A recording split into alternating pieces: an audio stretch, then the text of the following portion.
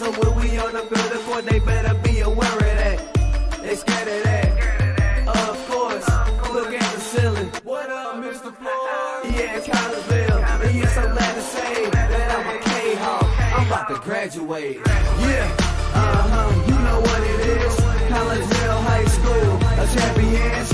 Yeah, screaming that's us. And when we on top, boy, quit fussing. All around my town, everything is white and purple, white and purple, white and purple, white and purple. We shut it down for the school and the sports team. White and purple, white and purple, white and purple, white and purple. White and purple, yeah, I know you see it. You see the chaos and you tell yourself you wanna be it. I go to see it, yes, so I am a champ. I ran this game so long, I'm starting to get a stomach cramp. Class of 1, 2, but we're number 1. Shout out to all my juniors, yeah, you know we get it done. White and purple, you already know. It's little easy peasy and that boy lay low. Yeah, you know what it is. Collinsville High School, a champions. Yeah, screaming that's us. And when we on top, boy, quit fussing. All around my town, everything is white and purple, white and purple, white and purple, white and purple. We shut it down for the school and the sports team. White and purple, white and purple, white and purple, white and purple. I'm about my white and purple, Scarface and DJ Screw. We on the peak of the mountain, best at what we do. Yeah, we the champs, homie, but we ain't selling shoes. These boys bleeding purple, call us the chiefin' crew. They don't gotta do it big, cause I don't play no sports. I play my cards right, now a good report. When Dub 12 comes, it's time to roll off. I'm the back cause everybody rolling with me, K-Hawks. Yeah, you know what it is. All the fresh tomboys, High school champions. yeah, they know what it is. All around my town, everything is White and purple, white and purple, white and purple, white and purple. we shut it down for the school and the sports team. White and purple, white and purple, white and purple, white and purple. Yeah, you know what it is. Collinsville High School, a champions. Yeah, screaming that's us. And when we on top, boy, quit fussing. All around my town, everything is white and purple, white and purple, white and purple, white and purple. We shut it down for the school and the sports team. White and purple, white and purple, white and purple, white and purple.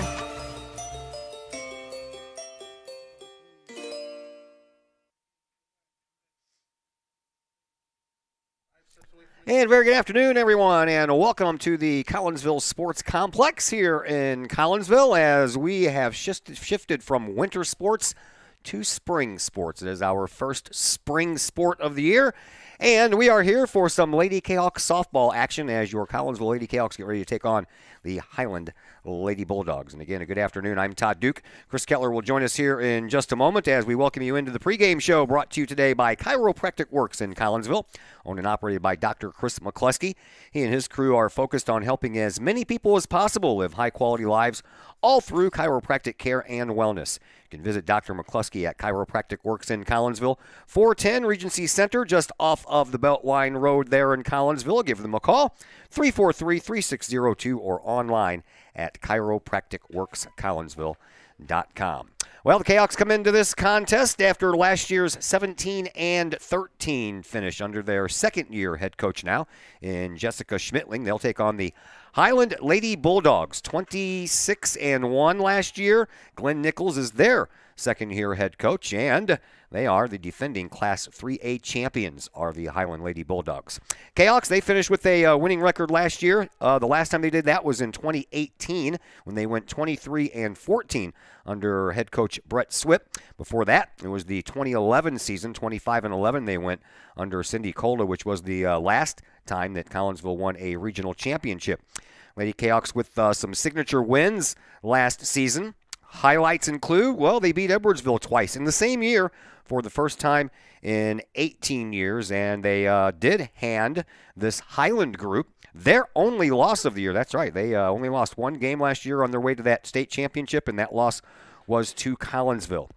Collinsville got bounced out of the playoffs in the regional championship game against Belleville East. Can't figure out those Lancers. Lost 3 times to the Lady Lancers, including that 8-5 loss in that regional championship game. For Highland, in Glenn Nichols' first year as a head coach, well, he took his Lady Bulldogs all the way to the state and they captured the program's first ever state championship in their first ever trip to state. The last time they made it even remotely close was sectional championship in 2015, and that was the farthest before then. And I mentioned the only loss of the year last year was to Collinsville here at this very park, 5-4 back on May the 29th. Briley Anderson drove in Riley Simpson with the game-winning run in the 7th inning of a 4-4 game, and Collinsville squeaks out the win by a final of 5-4. Had a chance just a little while ago to catch up with Collinsville's head coach Jessica Schmittling, and we'll pass that conversation on to you next as the Chiropractic Works pregame show continues here on the Kahok. As the Director of Sports Medicine at Next Level Performance Institute, I oversee the care of all of our athletes, many high school, collegiate, and professional. Our goal is to help athletes stay on the field and maximize their performance.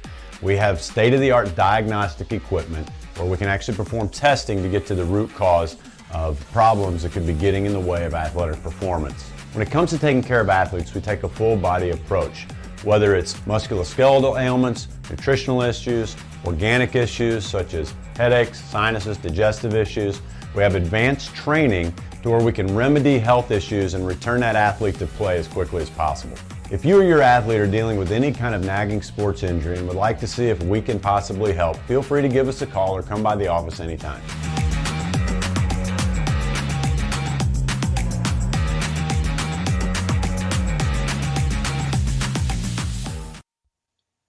Code 3 Barbecue Supply, home of Code 3 Spices, is first responder owned by proud Kahok alums. Located at 302 East Main Street, Code 3 Barbecue Supply is your home for one-of-a-kind everything barbecue headquarters, providing the best American-made barbecue grills, smokers, rubs, sauces, accessories, and cooking expertise from professional barbecue experts.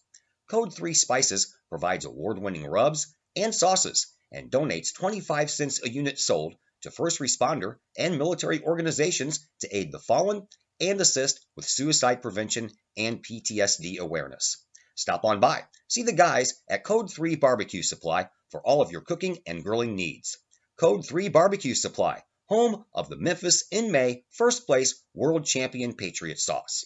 Learn more about their products and mission in giving back to those who serve at code3spices.com.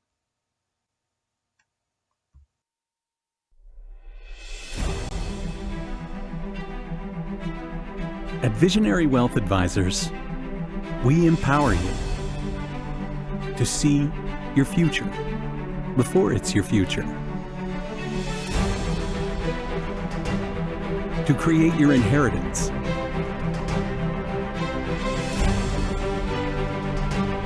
to build your vision, to anticipate the known and unknown, and to find potential in both, and build new dawns. Visionary Wealth Advisors.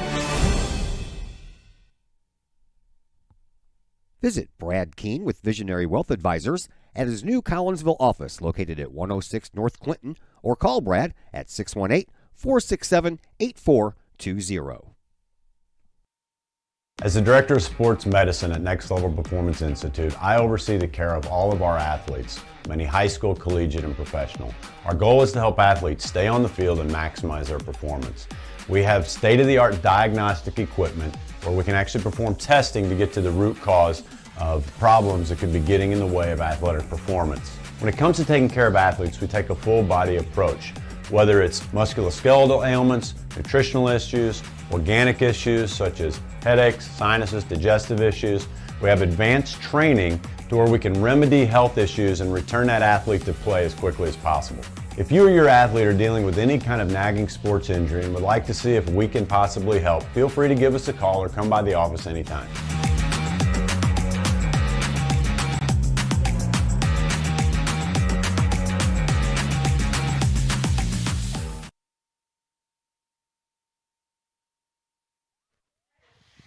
And we welcome you back into the Chiropractic Works pregame show here on the Kahok Sports Network. We are kicking off our spring sports coverage, and we're doing so with some softball action as your Lady Kahawks get ready to take the field here in just a little bit with the Highland Bulldogs providing the opposition. Jessica Schmittling, second-year head coach for Collinsville, joining us now.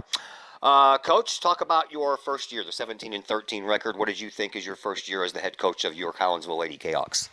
We had a great first season. Obviously had a lot of things to work through coming into that season as far as not having won the year before, but I thought all of our girls handled it well. They were excited to get back out there, never took anything for granted, and were ready to compete. Well, you're not like, a rookie at this whole head coaching thing. You are the head coach of the team across the street in the Trailblazers. So how much did that experience? I think the biggest thing was not necessarily the fact of being across the street, but also just working one-on-one with Brett over the years that he was here as well. And so just being a big mentor for me and letting me work alongside with him. And then that prepared me for coming into last year. All right, so talk about the beginning of last year and the beginning of this year. How much different is it now that we're kind of getting toward the end of this pandemic? Excited that we get to play our first game in March since 2019. So I think that just the idea of the fact that this will be the first regular season that we've had since then, and the girls staying excited about that. And again, just not taking anything for granted. It's going to be a little bit colder this year in March, and so some of them will deal with that for the first time, but looking forward to it. All right, let's talk about the makeup of your team. Every team every year loses their seniors, and seniors that are going to step up. So let's start with your this year's senior class and talk to me about their makeup and what they bring back to this season. Yeah, so we did lose 7 seniors from last year. So the 6 seniors that we have this year, 3 of them, it's their 4th season with us. And then we actually have 3 other seniors that have spent various times throughout the program and are all back this year, and excited to have them a part of that journey. All right, let's focus on the pitching because you lost all of your pitchers from last year. Every pitcher that had a stat is not here. Reynolds and Butcher and Doyle. None of those ladies are here anymore. So who are we leaning on this year to make up your pitching staff? So we have Marissa Thomas, who spent a lot of time at JV. She'll be one of our main pitchers this year, along with 2 of those seniors that I talked about coming back, Maya Clark and Maddie Harris. All right, how about the bats? I know you're going to lean on Brianna Wellen a lot. She's coming back after leading your team in home runs as well as RBIs. So besides her, we'll talk about her for a moment, but besides her, who else are we leaning on? Yeah, so we have a lot of seniors that spent a lot, or this year's seniors spent a lot of time in our lineup last year, and Mackenzie Young, Briley Anderton, and Bree Wellen, and so I think all of them having varsity experience that I'll bring to the table. In addition to, we've been talking about this idea of puzzle pieces this year and how those all fit together, whether they're contact hitters or they move runners off of bunts, or if they are the power hitters like the ones I talked about, and all of that coming together and what that looks like, we'll find out today. All right, so let's one more thing about last season. Your 17-13 record doesn't tell the whole story because you guys, for the first time in since 2008, you beat Edwardsville twice. How cool was that, and how much is that going to go into this year, that experience?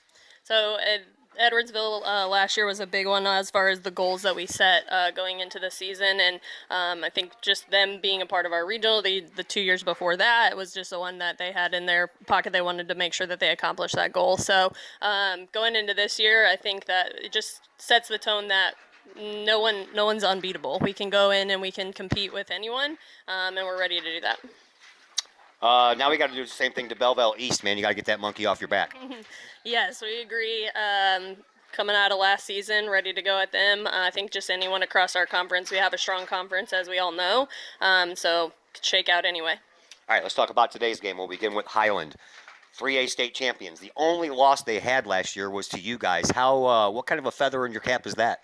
So I think that last year was it was a growing piece for us because we did play them 3 times. So to that 3rd time around was when we got that win from them. So I think for them coming out of that season knowing that that was the only loss, again, it just adds a layer of confidence. But we got to go do it again this year. So. All right, talk to me about what you want to see out of your girls out there today. We have been using the idea of compete this year a lot, and so what that actually means to them, again, is a big piece of the puzzle pieces that we were talking about, as well as just being gritty whenever they're on defense and closing the door when we have opportunities to do so. So compete is our main focus for this year. See, now the next time I talk to you, we'll be able to talk about games that you've already played in, so it'll get better and better as you go along. Thanks for the visit, Coach. Good luck. Yeah. Thanks, Todd.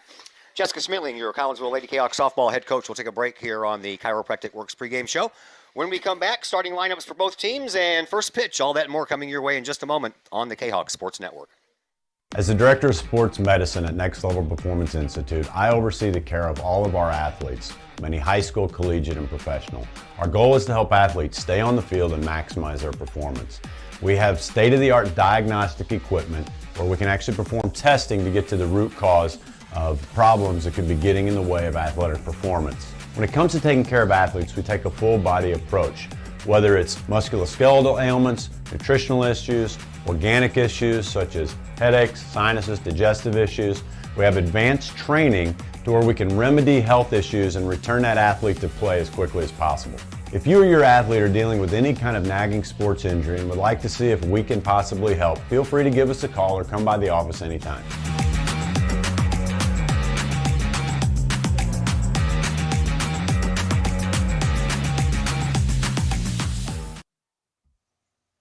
Brady Pest and Termite Management in Caseyville. Brady Pest and Termite Management is your local pest control source. The Midwest offers its fair share of pest problems, and Brady Pest and Termite Management is up to the challenge. Whether it's pesky rodents in the cold winter months or ants, spiders, and other pests in the warm months, Brady Pest and Termite is your solution. And termites? Brady Pest is tops in the Metro East in termite management. Do you have unwanted pests? Then call the best. Brady Pest and Termite Management in Caseyville. Call 343-1790 or on Facebook at Brady Pest and Termite.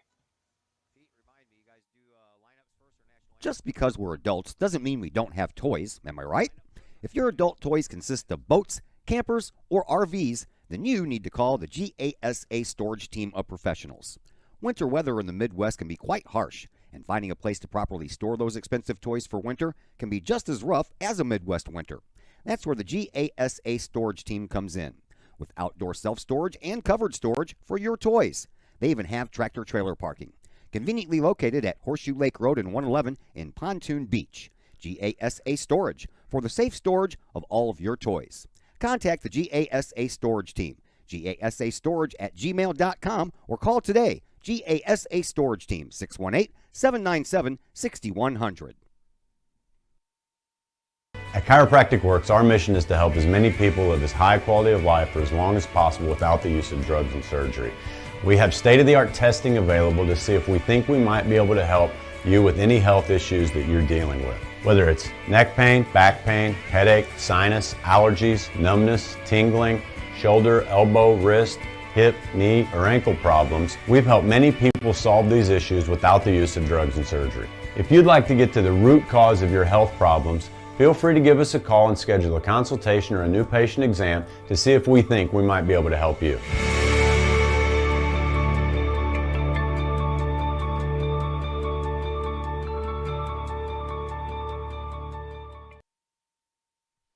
And once again, we welcome you back to the Collinsville Sports Complex here in Collinsville. I'm Todd Duke, Chris Kettler alongside as well as we get you ready for the season opener for your Lady Kahok softball team as they get ready to take on the Highland Lady Bulldogs. Chris Kettler joining us now on the other microphone. Well, it's springtime. Feels like spring. Looks like spring. And we got some spring sports. I'm looking forward to this. How about you? Yeah, we're definitely ready for the spring sports. The winter sports have came to an end. Basketball is over with. And we get some good weather here to start off here for these spring sports. We'll see how it goes. And we probably still have plenty of cold days that we'll have to get through. But can't complain here today.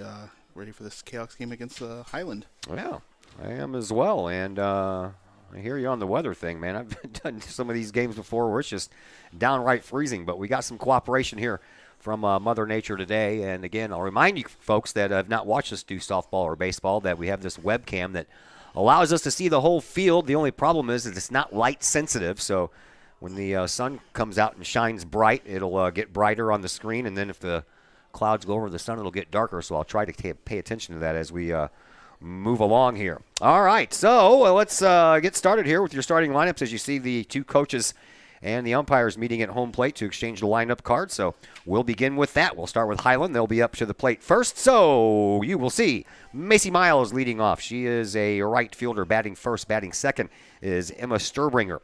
She plays center field, and as I mentioned, bats second. Playing in the catcher's position and batting third is Kelly Fuller. Maggie Groman bats cleanup for Highland. She'll bat in the number 4 spot and hold down the duties at first base. Over at third base is Maddie Tronick. She'll bat in the 5-hole. Grace Levon is the designated player who will be batting for the pitcher today. Sophie Parkerson plays shortstop and bats 7th. Allie Korkenmeyer plays left field and bats 8th. And Brianna Habermel will bat 9th and play second base for Highland. And on the mound for Highland will be Sophia Donahoe. We'll get to some of the numbers for some of these returning players as we move along here. Collinsville, when they bat in the bottom of the first, you will find Lexi Rafalowski leading off. She'll be playing center field. Batting in the number 2 spot for Collinsville is Alex Jakic. She will be playing first base, batting in the number 2 spot. Briley Anderson bats third and plays shortstop. Mackenzie Young is the cleanup hitter in this first game for Collinsville. She'll be behind the plate doing the catching duties and batting in the all-important number 4 spot. In the number 5 spot, last year's leader in home runs and runs batted in is Brianna Wellen, and Bree will be holding down the responsibilities at third base.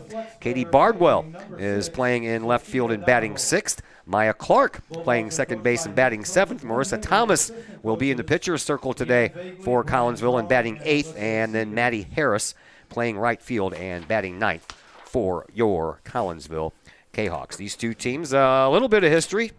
Of course, they met last year, but since the spring of 2000, the teams are dead even. 10-10 versus each other in 20 games played. Last year's win against Highland was the first time that Collinsville beat Highland since a 1-0 win back in 2015. The teams did meet in the playoffs. That was all the way back in 2002. Collinsville won the regional semifinal at Triad 4-2 before they fell to the host Triad Lady Knights 2-0 in that year's regional championship game. So, you are set, we are set, and the only thing we have left is the national anthem. That comes in just a moment, so we take our final break, and we're back with first pitch in just a moment here on the Kahok Sports Network. At Chiropractic Works, our mission is to help as many people live as high quality of life for as long as possible without the use of drugs and surgery.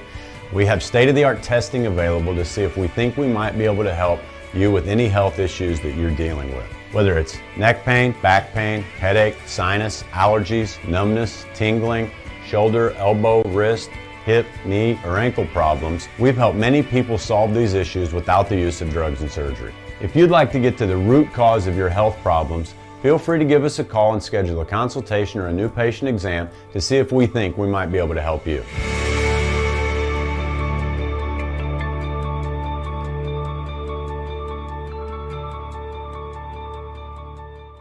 All Pro Tees in Caseyville is your place for custom apparel and has been for over 20 years now. Why? All Pro Tees can handle any size project, big or small, and they specialize in large group orders. At All Pro Tees, quality is number 1 on their list of priorities, as is evident by their excellent customer service. Did we mention All Pro Tees has over 20 years of experience? They can even help with fundraisers and event merchandising for your group. So for all of your apparel needs, for civic groups, sports teams, business outings, or even a family reunion, your apparel needs stop at All Pro Tees. All Pro Tees in Caseyville, right across the street from Kahok Stadium. Online at allprotees.com or on Facebook at All Pro Tees. Or call All Pro Tees at 344-2200. Are the lights on your dashboard putting on a show? Bring it to Mike's Automotive in Collinsville. Mike's Automotive is also a T3 certified tire center. They can handle all of the basics like oil changes and tune-ups and the not-so-basics like complete engine rebuilds. Mike's Automotive also has 24-hour towing and has 3 locations: Millstadt, St. Louis, and in Collinsville. The Collinsville location is at 1150 St. Louis Road, just blocks from the high school. Or call 345-0611, online at mikesautomotive.net and Mike's Automotive on Facebook. And once again, we welcome you back to the Collinsville Sports Complex. We're just about ready to go here. Both of these teams have been introduced to the nice-sized crowd that has gathered on hand for a somewhat beautiful afternoon. Temperatures around 65. Got a nice stiff wind, though, coming out of the south-southwest. It's about 15 to 20 miles per hour, gusting to 25 sometimes. And Chris Kettler, that wind is blowing straight out today. We might see some long balls in this game. Yeah, it's really blowing straight out. Very consistent wind. Flag just blowing around. See if anybody can get any balls up in the air there. They might go real far today if the pitcher makes a mistake.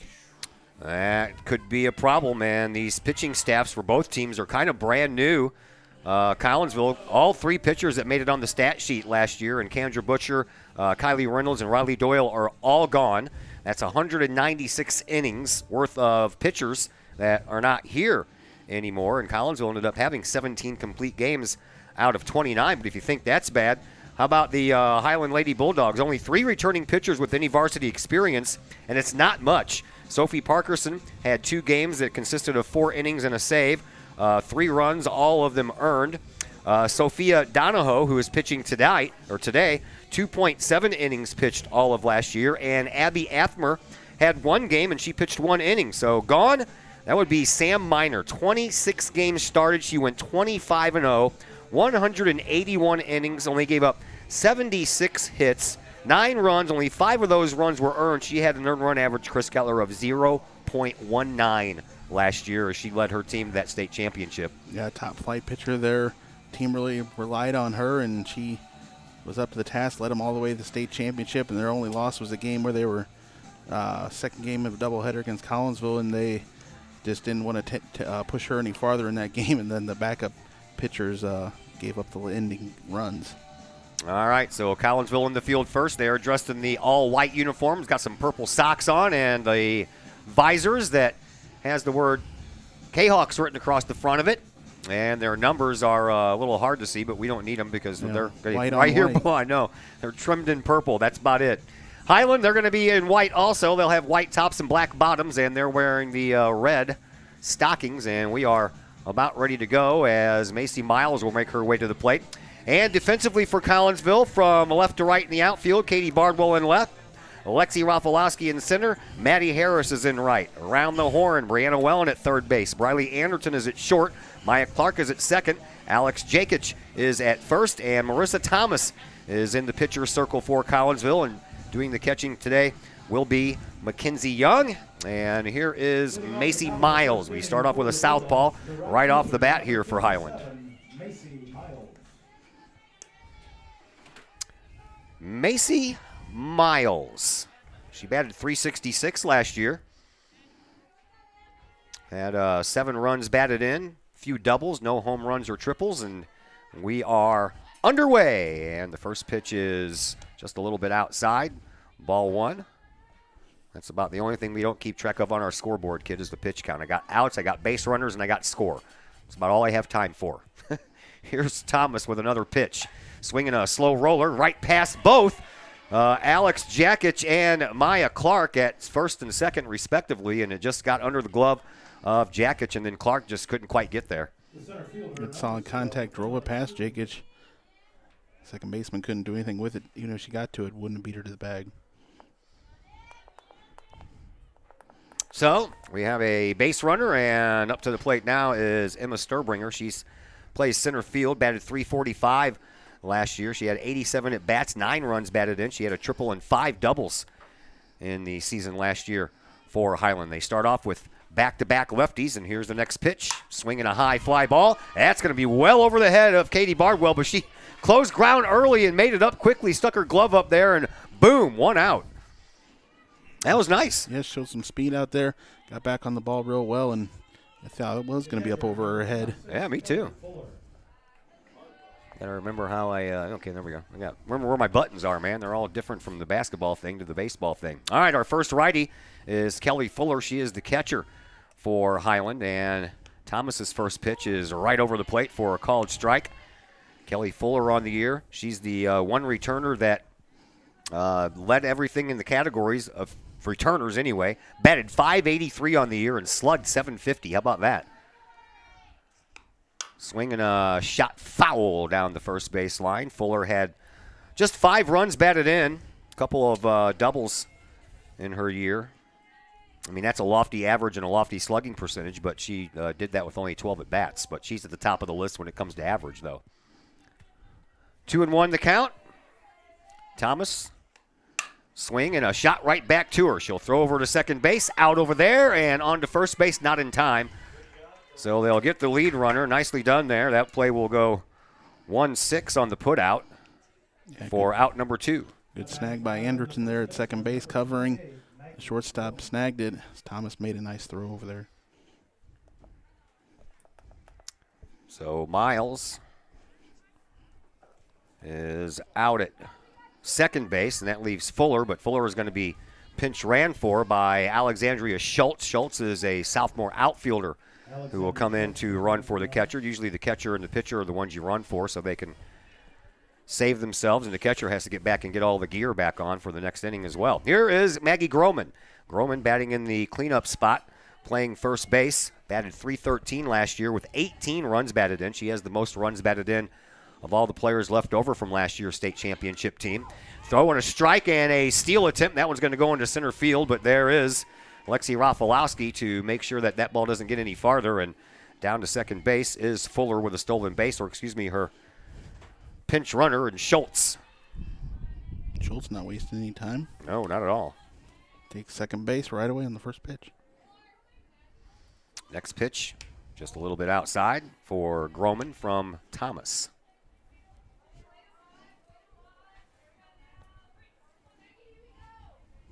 Marissa Thomas in the circle once again, ready to go, has the sign from Young, and here's the pitch. Swing and a miss. 1 ball, 2 strikes to count.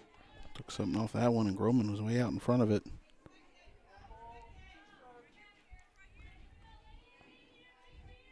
Thomas ready with another one, looking for a strikeout to end the inning. Here's the pitch. Swing and a miss. Got her. She went down swinging. And that's the way that the inning comes to a close. No runs, 1 hit, no errors, and 1 runner left on base. We will head now to the bottom half. Whoops, excuse me. I gotta get that and change sides. That's what I needed to do. See, you got to get used to all these buttons all over again. That's going to do it. We'll be back in Collinsville. We'll come to the plate for the first time right after a timeout here on the Kahok Sports Network. Pack Mail of Collinsville, locally owned and operated by Ryan Combs. Pack Mail can ship anything, anywhere. They treat you like a neighbor because, well, you are a neighbor. Pack Mail offers shipping materials and containers, private mailboxes, as well as climate-controlled self-storage. Visit Pack Mail at 407 Beltline Road in Collinsville. Online, WeShipSt.Louis.com or call Pack Mail at 346-4884. Plumbing or electrical problems? Is your AC or heater on the fritz? There are dozens of companies out there, but do you really know who you're letting in your home? Trust Tiger. Our technicians are clean-cut, drug-free, and background-checked. What other company can make this bold statement? Our 24-hour emergency service will ensure your plumbing, heating, AC, and electric are up and running no matter what time of day it is. Schedule your appointment today. Tiger Plumbing, Heating, Air Conditioning, and Electrical Services. We earn our stripes every day. Todd Duke, Chris Kettler back with you from the Collinsville Sports Complex. We are in the bottom of the first. Collinsville will have their first go-round at the plate. And, all right, why isn't that changed on that screen yet? Top of the first, bottom of the first. Okay, I thought I already did that. Change sides. Bottom of the first. There we go. Thought I did that right before we went to commercial break, but apparently not. All right, so we'll get it all figured out here, folks. Lexi Rafalowski will lead things off for Collinsville. Alex Jakic and Briley Anderson, if anyone can get on. Mackenzie Young, and as far as the defense goes for Highland, Allie Korkenmeyer is in left field. Emma Strubinger is in center field. Allie Miles is in right field. Maddie Tronick at third base. Sophie Parkinson at short. Brianna Habermel at second base. Maggie Groman at first. And Kelly Fuller is behind the plate, and she'll be catching Sophia Donahoe. First person she'll face is Lexi Rafalowski. Both teams leading off with lefties. And the first pitch from Donahoe to Rafalowski on the way, and a shot down the third base line, but that is foul. And Rafalowski hit .229 last year with a couple of runs batted in on a double and a .257 slugging percentage. She did have 39 plate appearances last year, so she's got a little bit of experience on the varsity level under her belt. Donahoe's ready with the next. It's a bunt, and that one's right down in front of the plate, and safe at first base is going to be Alexia Rafalowski. And I was holding on for a second to see if the umpire might have called her out. I thought it might have hit her leg as she took a step out of the box. Yeah, I thought it might have hit her as she took some initial steps. That's what the coach is going to come out here and argue, but the ball died. Catcher was late getting to it, and she had no chance to throw out Rafalowski. Umpires are going to talk about it. Yeah, they are going to talk about it. Yeah, I don't know. Yeah, Glenn Nichols came and made his case to the home plate umpire. Now they'll talk about it and see if they want to overturn this. Don't know what the field umpire could see. Yeah, from I think way he's out shaking there. his head no. He's like, I didn't see anything. All right, so it looks like the call is going to stay. And it'll be Alex Jakic, the first baseman. Jakic getting her first at-bat on the varsity level here. So back-to-back lefties for Collinsville as well. And Donahoe pitches. And that one is right down the middle. Called strike one. A little more cloud cover coming in here. Donahoe. She's ready. And the righty pitches. Outside. And a throw down to first, second base. Safe is Wafalowski with a stolen base. So each team has a stolen bag to start off the festivities here. And down to second base goes Wafalowski. And the Lady Calyx got something going on here. A little something from Jakic would be nice. 1-1 the count to the Kahok first baseman. Donahoe ready with another delivery. Here it is. Swinging a shot that's going to go right past the glove of Habermel. Coming around third base and scoring without a throw is going to be Wafalowski, and the Kahawks jump out on front by a score of 1-0. There you go. Some nice play there for the Kahawks. First batter hits one that only goes 4 feet up, steals the bag, and then second hitter with the base hit. And that'll bring up Riley Anderton. Anderton, the shortstop, bats from the right side, and she'll wait for Donahoe to get that sheer. Slugging percentage of .514. She had 31 runs batted in on 3 home runs and 8 doubles for the Collinsville shortstop a year ago. This one's outside. And that'll even the count at 1 ball and 1 strike. Things have gotten a little darker here. Got to check my screen. I think I'm doing okay right now. We'll have to lighten it up here if it gets any darker than this, though. All right. Jakic at first base.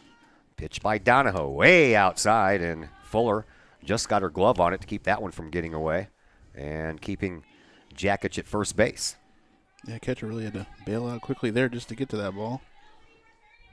So Donahoe and the Highland Bulldogs running into a little early trouble here. 1 run already across, nobody out, and the next pitch swinging a foul ball straight back from Anderton with Mackenzie Young waiting on deck. 2-2 the count to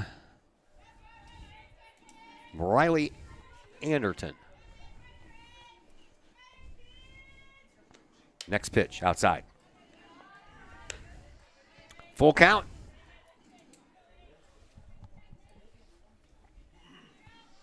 Wind blows straight out. It looks like it's calmed down just a little bit, but not much. As Donahoe is ready with another delivery, and it's on the way. Swinging a shot right back to where it came from. That one's into the outfield, and Sturbringer picks it up cleanly. And over to second base is Jakic. So 3 straight base hits for Collinsville. And we got the Kahawks with runners on first and second and nobody out. And here is Mackenzie Young. Young. She got 94 plate appearances last year, hit .203, 21 runs batted in, had a couple of home runs, 2 triples, and 3 doubles last year. So she's got some varsity experience, and she looks at 1 high. That's a good thing to build on, some powered numbers there. Home runs, triples. Can hit the ball with some good contact here. His first 3 have reached for the Kahawks. 1 run already home. Runners on first and second. No one down. Here is Donahoe's next delivery to Young. She tries to bunt and bunts it foul. Everybody was off and running then, so that was a design play. Trying to be designed to move the runners up, if anything, and maybe get a little bit of luck in it and have the bases loaded. But not to be at that point. 1 ball, 1 strike the count to Young. Donahoe ready. Next delivery. Swinging a little blooper. That's going to be ground ball. First base out. Third base pops out of the glove. So the runners move up, but out at first base was Mackenzie Young. And, boy, it's a good thing that the second baseman Habermill didn't catch that on the fly, or we could have maybe looked at a triple play. Yeah, it could have really been a jam up there on the bases. Runners had to hold up. Second baseman couldn't handle it. Got the first out at first, and then they tried to get over at third, and the third baseman didn't hold it cleanly. So runners at second and third, and one out. And that'll bring up Brianna Wellen. Wellen last year led the team in both home runs and RBI. She had 5 home runs, 32 runs batted in, also had a triple and 6 doubles to go along with her .294 batting average and her slugging percentage of .520. She's in an 0-1 hole, and Donahoe ready to go. Runners to score here for Wellen if she can get a hold of one. Here's the pitch. This one's outside. 1 ball, 1 strike to count to the Kahok third baseman, Brianna Wellen. Guess the wind has died down a bit. Sure has. Flag's looking a little less rigid. 1 ball, 1 strike to count. Donahoe's ready with the next to Wellen. Here it is.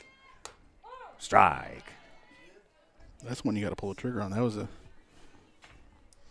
was one right in the zone you'd like to see. Got to pull the trigger there.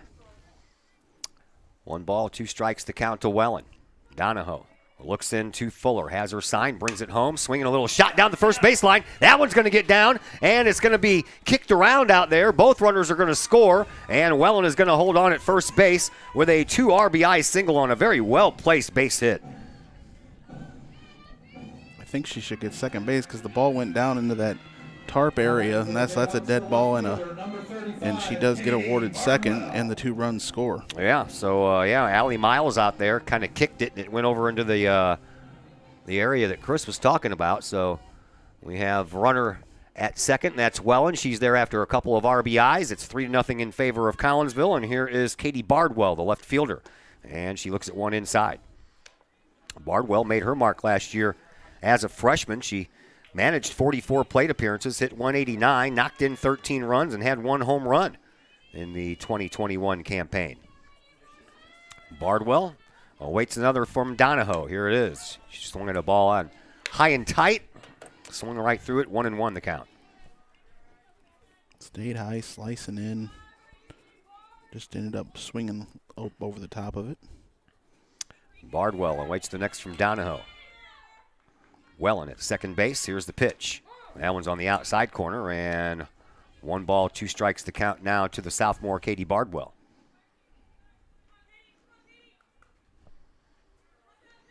Donahoe ready. And the pitch. Swing and a miss, and down on strikes goes Bardwell for out number 2. And that will leave things up to Maya Clark. Clark getting her first at-bat on the varsity level. JV team, they're playing over across the way to our right, and actually the JV boys and the freshman boys, I think, are playing right behind us. Swing and a miss by Clark. JV boys playing down here behind us. Freshmen are up at the hill. Okay, that's right. Up at the hill. Varsity team doesn't start till Wednesday at GCS Ballpark in Sauget, and we'll be there for that one as well. Myself and Ken Oberkfell will join you for that home opener.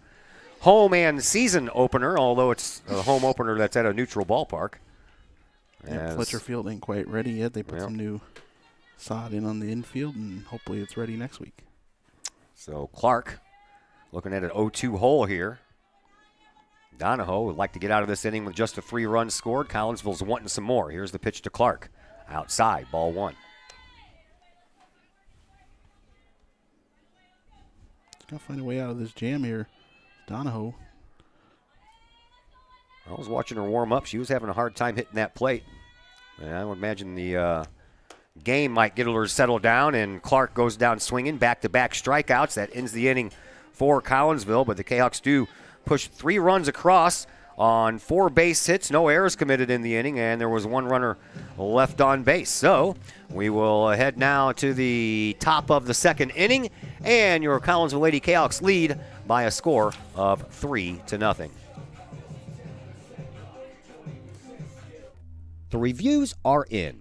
Old Herald Brewery and Distillery in Collinsville is a hit in the Metro East. Folks both local and just visiting the area are calling Old Herald Brewery and Distillery a must-stop destination in Collinsville.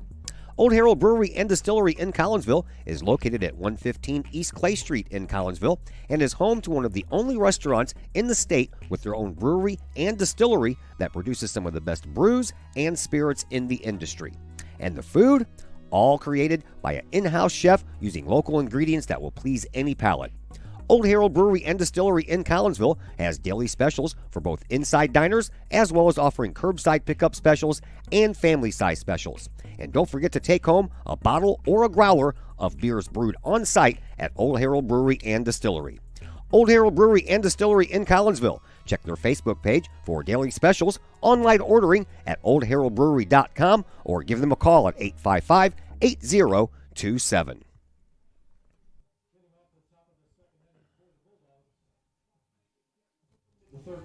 Todd Duke, Chris Keller back with you from the Collinsville Sports Complex. I don't think we're going to get much more light. I'm going to try to lighten this up a little bit and see if we can get a little bit. That ball just immediately left Thomas's hands weird, and that was a ball.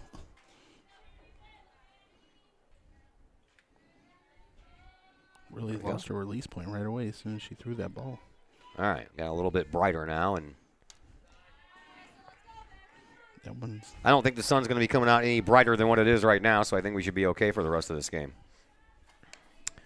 All right, Maddie Tronick, third baseman, and last year hit .240 with 9 runs batted in, 1 home run. And Marissa Thomas ready with the 2-0. It's outside, and quickly it's 3-0. Hate to start off a batter like that right after you put 3 runs up in your half of the first. And you got to battle back and get out of this. Thomas is ready to go, and the pitch, ball 4. Walked her on 4 straight. Yeah, she just struggled to that whole at bat there. Find a release point of the ball, and designated player number 9, Gracie. First 3 pitches were way outside, and then misses low. So, base runner on here for Gracie Levin. She is the designated player. And Levin did not get a bat on the varsity side of things for Highland last year. And there you go, Marissa Thomas, after 4 straight out of the strike zone, puts one over. 0-1 the count, 2-11. Next pitch. Swinging a little liner right into the glove of Maya Clark, 1 out. Way to be there, make the catch. Almost had a chance at turning 2. And that'll bring up Sophie Parkerson. Parkerson, the shortstop. Batted .196 last year in 57 plate appearances with 4 runs batted in. And she'll look at 1 outside, ball 1.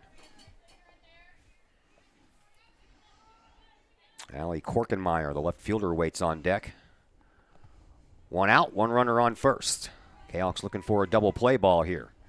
Thomas ready to pitch. Here it is. It's outside. 2-0.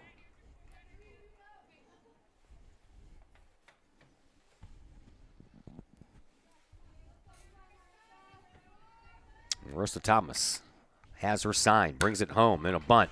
Right to Thomas. Thomas will throw over to first base, and covering was Maya Clark, so the play will go 1-4 for out number 2. And over to second base is Maddie Tronick, and she'll be there with 2 outs. The left fielder, number 7, Allie Korkenmeyer. Clark just beat her to the bag. She went to the high part of the bag there and instead of trying to get to the side of the white part of the bag and beat her to it. There is Korkenmeyer, and she'll look at 1 high. Allie batted .200 last year, 6 runs batted in. Mostly singles, no extra base hits except for 2 doubles.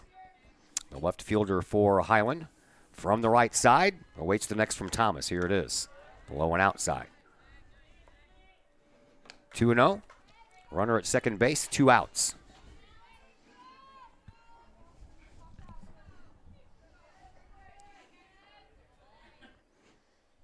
Thomas again looks into Mackenzie Young for her side, and she has the one she wants, and that one's a called strike over the outside corner. 2-1 the count. Mariana Habermill, the number 9 batter in the order for Highland, is waiting on deck. Hope to have her leading off the next inning, and we just might. Oh, there's a little boot, and having a hard time picking it up was Clark, and by the time she bent down and tried to grab that thing twice, it was too late, and on her way to first base was Korkenmeyer. Just didn't see it into the glove there, and then tried to pick it up. Wasn't there, and on the second try, wouldn't have got her anyway. So, runners on the corners for the number 9 hitter. That is Brianna Habermill. And Thomas's first pitch to her is outside, ball 1, and the runner goes, and no tag, and probably would have been gotten there anyway. And down to second base is Korkenmeyer. So Collinsville leading 3-0, and Highland has 2 runners on base, and Habermill at the plate, and Habermill swings and fouls the ball back behind us out of play. 1 ball, 1 strike the count. Habermill last year, 34 at bats, did not have a run batted in, batted 118. And a swing and a high fly ball. Center fielder Alexei Rafalowski is underneath it and has it right behind second base. So the inning comes to a close. And Highland left off of the scoreboard as we head to the bottom half of the second inning. And the Collinsville Kahawks remain leading by a score of 3-0. We're back to tell you all about the bottom of the second in just a moment here on the Kahawk Sports Network. Collinsville High School alumni Stacy Lauenstein, CHS class of 91, Lisa Bassetto, Sarah Sulke, and Tracy Limp, CHS class of 94, Tony Geisen, CHS class of 96, and Kevin Robinson, CHS class of 99, want to wish all of our Kahawks a great year. We look forward to cheering you on and supporting you. Work hard on the court and the field, as well as in the classroom. Remember, once a Kahawk, always a Kahawk. Hashtag Kahawk Family. In times of financial uncertainty, how can you stay on track? Call on someone who's invested in your success. In Collinsville, that person is Jason Regg, your Collinsville Edward Jones financial advisor. Jason Regg will work to build a complete picture of your financial life, including your unique goals and passions.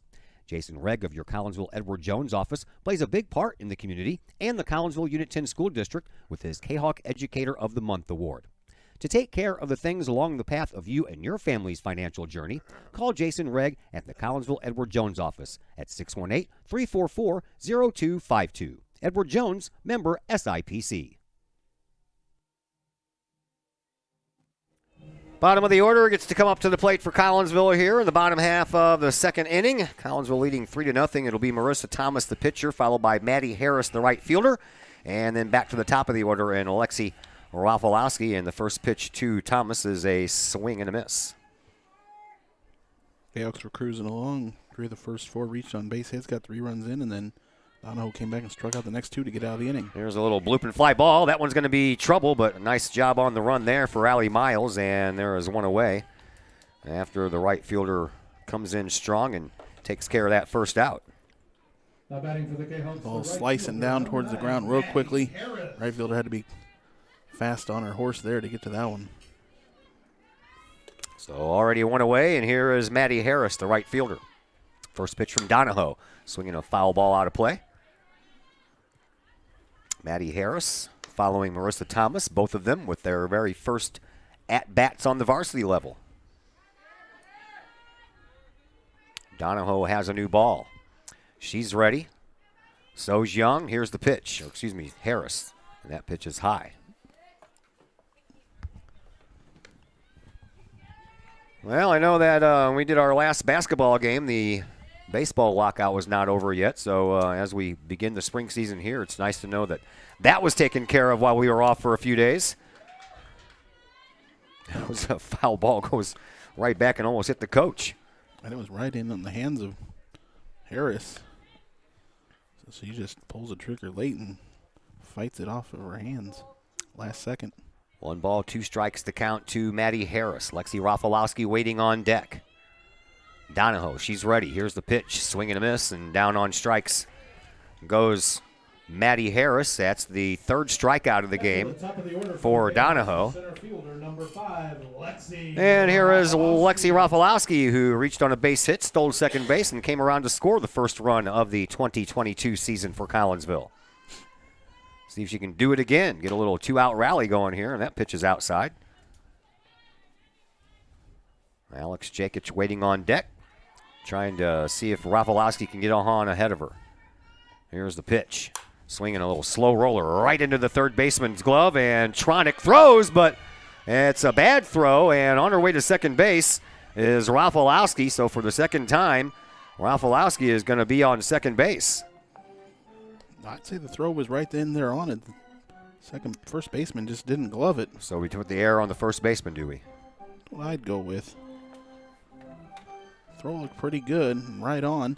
Great snag by a third baseman to get to it. So an error leaves the inning alive for Collinsville, and here is Alex Jakic. She singled, and she got an RBI to her credit after she knocked in Rafalowski in that first inning. There's a pitch high and outside. Where's number 79? We have a 99 on our team too, and other than that, everything's 42 or lower. Next pitch to Jakic is swinging a foul ball that's heading toward the stands, and right behind the stands full of the spectators wearing the purple and the white. 1 ball, 1 strike the count. Donahoe ready. Rafalowski at second base. She has her lead, and this one's outside. Fuller comes up to bluff the throw down to second base, and Rafalowski's back in there with no problem as Habermill from second base was over to cover the bag. 2-1 the count. Next pitch on the way. Swing and a miss. 2-2. Runner on second for Collinsville. 2 outs. 2-2 the count. Donahoe ready with the next two. Alex Jakic, and another swing and a foul ball out of play. She wears 1 batting glove. 1 on the right hand. That's the one that stays on the bat the whole time. No glove on the left hand. 2-2 pitch again. Swing another foul ball. We'll do it all over again.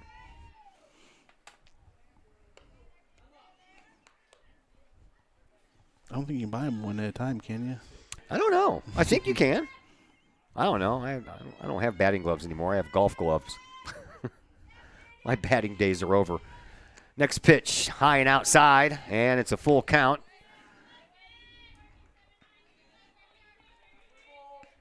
Riley Anderton waits on deck if Jakic can keep this thing going. Here is the payoff pitch from Donahoe. Outside, walked her, first and second.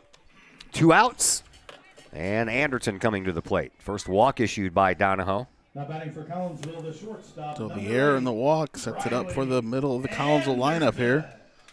Anderton singled her first time up, and that put her and Jakic on base, and Brianna Wellen knocked him in.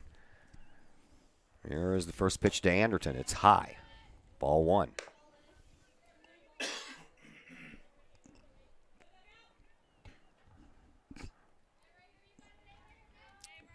Catcher Mackenzie Young waits on deck. Still has the shin pads on. Waits to see if Anderton can keep this inning going. Donahoe would like to end it. Here's the pitch. That one's way outside. Gets back to the screen. Both runners will move up a bag. Yep, lost that one immediately on the release. Wild pitch. First wild pitch issued here this afternoon by either pitcher. This one belongs to Donahoe, so no force play. Going to have to earn it the old-fashioned way. Here comes another pitch. This one is a called strike on the outside corner. 2-1 the count to Briley Anderton, the Kahok shortstop.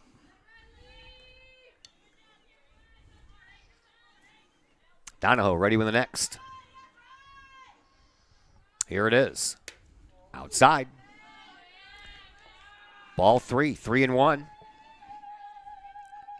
They wouldn't dare walk the bases loaded, would they? See how they play this with the open bag. Yeah.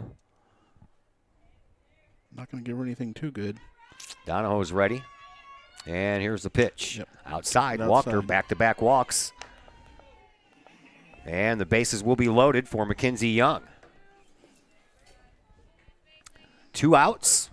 Young grounded into a force out her first time up. Now batting for the Kahawks, the catcher, number 26, Mackenzie Young. That did move the runners up when she did that, and Brianna Wellen had a little bit of an easier time with those 2 runs batted in her first at bat. So right now it's up to Young and Donahoe. Here's the pitch. That stayed a little high. Ball 1. Speaking of Wellen, she's waiting on deck. Mackenzie Young trying to keep this inning going. Trying to put some more runs across the plate as well. Donahoe peers into Fuller, has her sign, and brings it home. Swinging a pop fly on the infield, and that's no problem for Brianna Habermill, and the inning comes to a close. And Collinsville ends up stranding 3 runners in that inning. And we'll see if they can wiggle their way back out onto the field and play some defense and keep this thing right where it is, which right now is at a 3-0 game. We head to the top of the third. Collinsville leads by that score of 3-0. And we're back to tell you about the third inning in just a moment here on the Kahok Sports Network. The Times-Tribune, Madison County's longest-running leading independent newspaper. The Times-Tribune covers Troy, Collinsville, Maryville, and all the villages and communities of Madison County. From area city halls to sports, including the Collinsville Kahawks and Unit 10 District News. The Times-Tribune covers that and more. The Times-Tribune is a weekly hometown newspaper published every Thursday, and a 1-year subscription is only $40 for the printed and online editions. For more information, call the Times-Tribune at 618-667-3111, online at timestribunenews.com, or follow them on Facebook at Times-Tribune. The people of Illinois welcome you. The folks in Collinsville, Illinois, well, they want you to stick around for a while and enjoy the sights, the fun, the food, and, of course, the Collinsville Kahawks. The city of Collinsville is a proud supporter of the Collinsville Unit 10 School District. So welcome to Collinsville. Come on over, catch a Kahawks game, or enjoy some of the new places to eat, shop, and have fun. There's plenty to do for the young and the young at heart. Enjoy Christmas at the Collins House during the holidays, tunes at Bloom in the warm summer months, and more. There's plenty to do in Collinsville, so come on over for a bit. The folks in Collinsville would love to see you. For more information, go to www.collinsville.org. Back to the top of the lineup here for Highland as we begin the third inning, and that would be Macy Miles up to the plate, trying to fake a bunt and swung right through it, so strike 1. Macy singled her first time up and then was erased on a 1-6 play off the bat of Kelly Fuller. Next one, little pop fly on the infield, right to Brianna Wellen, and 1 away. The center fielder, number 0, Emma Strubinger. Strubinger, number 0. Strubinger. They could have harder names for you from Highland. I know, huh? Pretty Strubinger easy. popped up. Whoa, that one goes behind her. Flew out to center fielder Katie Bardwell, a left fielder in her first time up. Bardwell close ground nice and quick on a fly ball that both Chris and I thought was going to be over her head. When I left the bat, I thought for sure it was going over her head. So she's very prone to hitting it the other way. Strubinger, and hits it the other way again. And again, it goes out to Bardwell, and Bardwell makes the putout. That time she had the range to her right there. Could have, if it would have fell in, might have gone foul. Number 26, Kelly Fuller. So Kelly Fuller will come to the plate with the bases empty. 2 quick outs here in the top of the third inning. Sure am missing that sunshine right about now, though. Cooled off a little bit up here in the press box. Outside the pitch from Thomas to Fuller. It was a nice day around lunchtime. It was. Sun It was shining. beautiful outside. We're supposed to have a beautiful week, which is really nice when you're starting your spring schedule in the middle of March. You never can tell what you're going to get. We're going to have some good weather tomorrow night for the girls' first road game, soccer team. They're playing tonight at home against Waterloo. Chris Kettler's got to leave here in about 45 minutes to go run the scoreboard for that. And then, of course, Wednesday, 3 o'clock game out at GCS Ballpark between Collinsville and Quincy. There's a chance for the shortstop, Anderton. She's up with it. She throws and over in time. A quick 1-2-3 inning. And we will head now to the bottom half of the third inning with your Kahawks leading still by, well, what happened there? I got to go top of the third, bottom of the third. Okay, never mind. Outs, change sides. That's what I want to hit. I'll get it all figured out here by the end of this game, I guarantee you. We'll be back here in just a moment on the Kahawk Sports Network. Looking to buy a new home or sell your current home? Trust the Blaylock Group of eXp Realty with all of your real estate needs. The real estate market is hot right now, and you can trust the years of experience the Blaylock Group brings to the table. The Blaylock Group can help you find your dream home, or they can help you get top dollar for your current home. Give Peyton or Emily Blaylock a call today at the Blaylock Group of eXp Realty, 618-780-4622. That's 618-780-4622. The Blaylock Group of eXp Realty. The Collinsville Education Association is a proud supporter of KahawkSports.com and the Kahawk Sports Network. The CEA is your partner as they work to ensure quality education for our children. The CEA advocates excellence and equity in public education and represent over 400 educators in 11 schools in both Madison and St. Clair counties. For more information, you can visit the Collinsville Education Association's Facebook page or the CEA's website at collinsvillecea.org.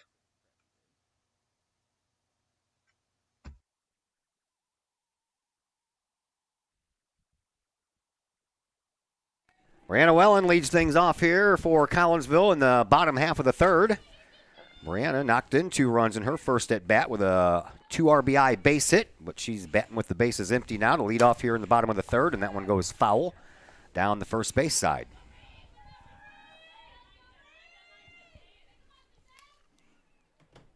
Clouds are getting a little thicker and a little darker here. We know we're supposed to have a little bit of rain sometime after, 9, 10, 11 o'clock? We're hoping that holds off until then. Swinging a high fly ball out to center field on the run, and a nice catch there by Emma Strubinger as she was on the move right off the get-go from that bat. Sometimes it's a little difficult to figure that out, and some kids take a step back, and she stepped forward the whole way and kept going. She saw it well, really eyed it up there, didn't take any steps back, and got in on it just fine. So that'll bring up Katie Bardwell. Katie struck out her first time up. Matter of fact, Donahoe had back-to-back strikeouts. Both Bardwell and the on-deck hitter, Maya Clark. Donahoe ready to go with another to Bardwell. Swinging a pop fly. This one is being called by the shortstop Parkerson, and Parkerson has it.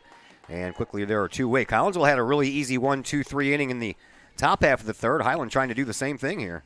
The second baseman, number 19, Maya Clark. Maybe Donahoe settled in a bit here. She really mowed down Bardwell and Clark in the first inning after letting the first 5 reach. So here is Clark, as I mentioned, a strikeout victim her first time up, and she swings at one right around her shoulder blades.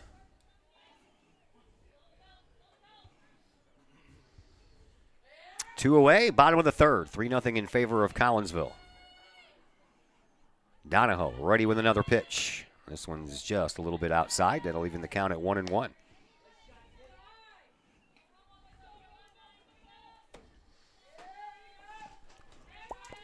Donahoe back in the pitcher's circle. Looks into Fuller, her catcher, and here's the next to Clark. Swinging a line drive right into the glove of Groman at third base, and that is a very quick 1-2-3 inning for your Collinsville Kahawks. So we will head to the 4th inning. And stays 3-0 in favor of Collinsville, and we're back in just a moment here on the Kahawk Sports Network. Calling all sports fans. Looking for a great place to watch the game with your crew? Look no further than the Lucky Fox Sports Bar in The Lucky Fox shows Collinsville Kahawk sports on the big screen, plus UFC fights, boxing, Cardinals and Blues, and all of the NFL games with the NFL ticket and enough TVs that you'll be sure to find the game you want. And the food? How about Taco Tuesdays, Wing Wednesdays, plus burgers, sandwiches, pizza, steak, and more, including great drink specials and the coldest brew in town. And don't forget to try your luck at the Lucky Fox Gaming Room. Dine in and catch a game, or order carry-out with the Lucky Fox Sports Bar, 1101 Caseyville Road, right across the street from Kahok Stadium. Open daily at 11 a.m. Check out the Lucky Fox Facebook page for daily specials. The Lucky Fox, 618-855-9500.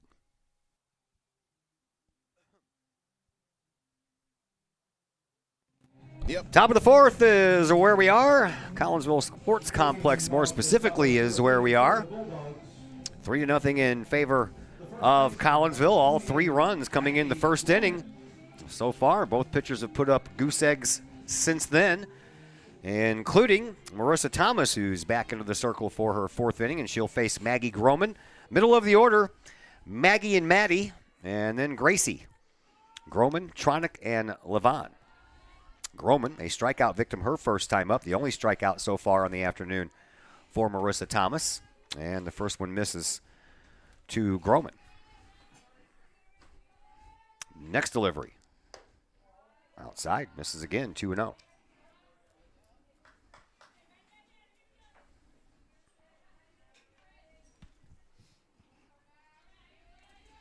don't think it's going to get any darker than that until it gets dark. Swing and a miss by Groman. 2-1 the count. Should be out of here before then. I will be. I better be. I'll be. Yeah.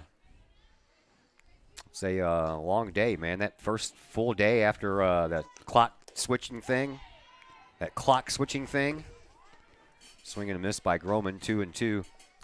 And I went to the Blues game last night, too, so I'm a little on the tired side today, to say the least. They let you down last night. Yeah, they did. It was a good game, and then they decided not to show up into the third period until Shin scored that one goal and tied it up. And then, man, overtime is just not good for the Blues this year. What are they, 1-6? Ooh. Yeah, they're not good in overtime. 3-on-3 overtime. They need to do something different than that. I don't know. Outside and high, and a walk. I did not like ties back in the day in NHL hockey. But there's got to be a better way to figure out a winner than that 3-on-3 stuff. Second walk of the game there for given up by Thomas. And that'll bring up Maddie Tonick. Tonick walked her first time up and then was stranded at third base. That was in the second inning. Highland trails 3-0. Looking for their first run of this game. Thomas and company trying to hold them right where they are. Next pitch. Swinging a high fly ball. Alexei Rafalowski is on the run, and no one's going to get to that one. That one is a home run.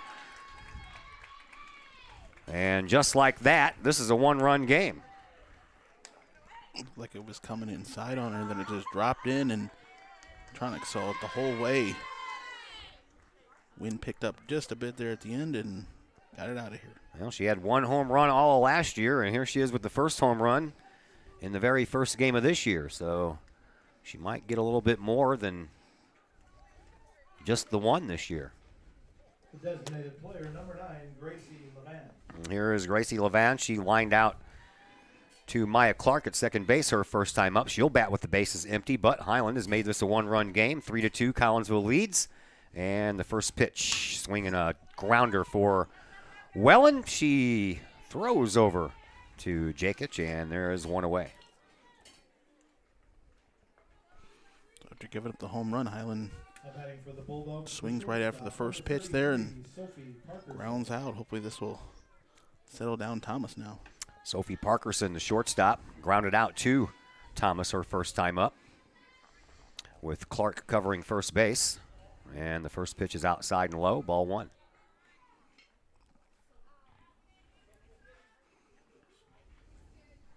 We're in the top of the fourth. 3-2, Collinsville with the lead. And there's a strike. Parkerson looks down to the third base line. That's where Glenn Nichols stands, their head coach. Flashes the signal. She has them. Thomas has hers. Here's the pitch. inside. Ball 2, 2-1.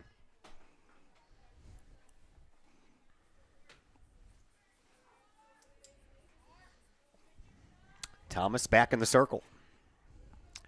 In at the corners, no one on base. Swinging a slow roller. Clark is going to let it go right past her glove. Tried to range over to her right and just couldn't reach it. And on at first base is Parkerson. Yeah, just as she got to it, kind of went past her a bit. Would have been a tough angled throw to grab it and then turn back around.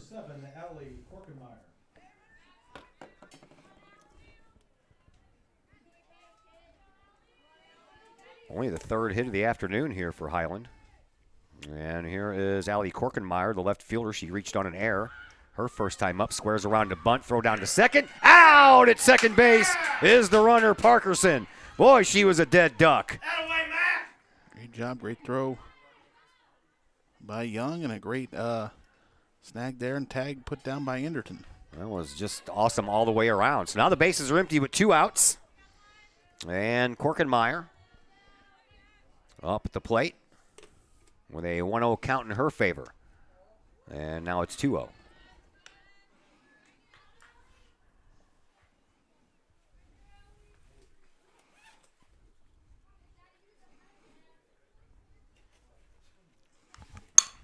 Swing and a shot right back to Thomas, man. I'm telling you what, that was hit hard.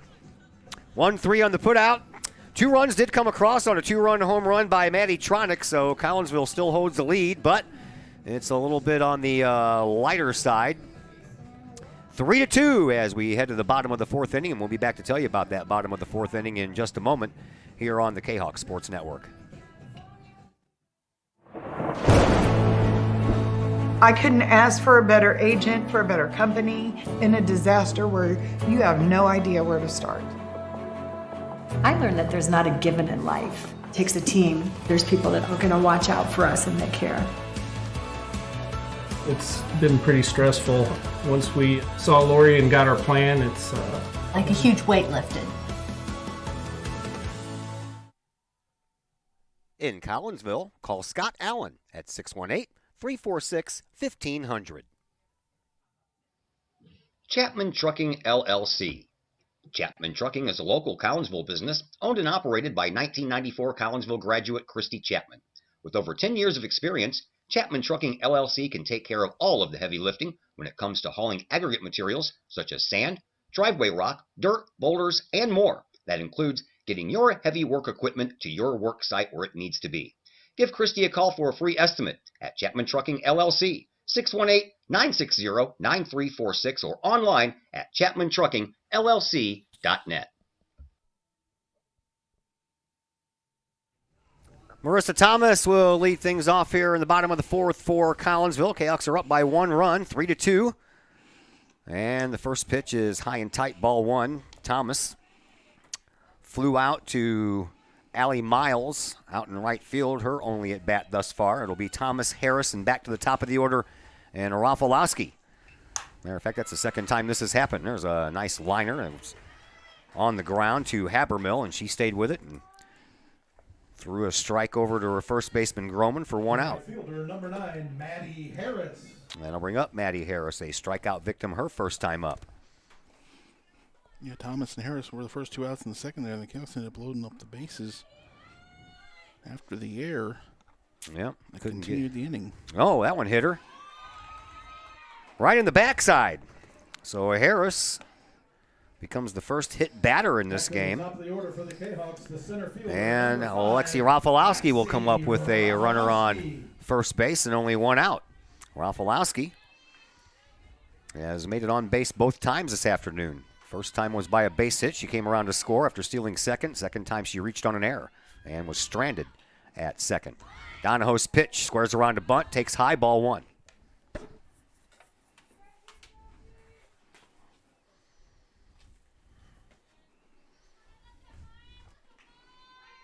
Softball back in action on Thursday, their first road game of the year at Muscuda. Right now they're dealing with Highland and leading by 1. That one's outside, and the throw down to second base, there was no one covering, so luckily for Maddie Harris, that was the case, because I tell you, if somebody would have been on that bag, she probably would have been a dead duck. Didn't get too great of a jump there, but no one covering there for Highland. So another chance here for Rafalowski. She can pick up her first RBI, but she takes one outside. Now we have a steal tipped at third base, and this time Harris is a dead duck. Shortstop covering there at third. Gets the throw from the catcher, and she's caught stealing 2-6. So that's the second out. Now Rafalowski will be up there with nobody on. 2-0 the count to her, and she squires around to Bunton. Had to, I thought that was just ball 3. Pitch before. Almost thought she had bad out there when they're going to call a strike. First baseman, okay. number 79, Alex Jakic. So Rafalowski on base for the third time today. Here's Jakic, who has a single and a walk to her credit here this afternoon. First pitch. That's a ball low and inside. Jakic singled and scored in that first inning. She knocked in Rafalowski with the first run of the game, and then Wellen took care of the rest. And a pitch outside. Boy, Collinsville's there intent on doing some running, aren't they? Another stolen base. Rafalowski, her second of the game. Yeah, and she was looking to one to steal third. Back in the second. Third stolen base on the afternoon here for Collinsville. Here is Jakic, next pitch from Donahoe. Outside, ball 3, 3-1.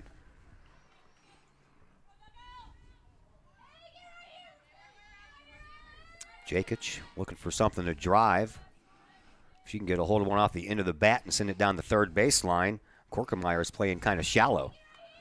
That one is outside, but too far outside to take. And speaking of taking, Jakic did.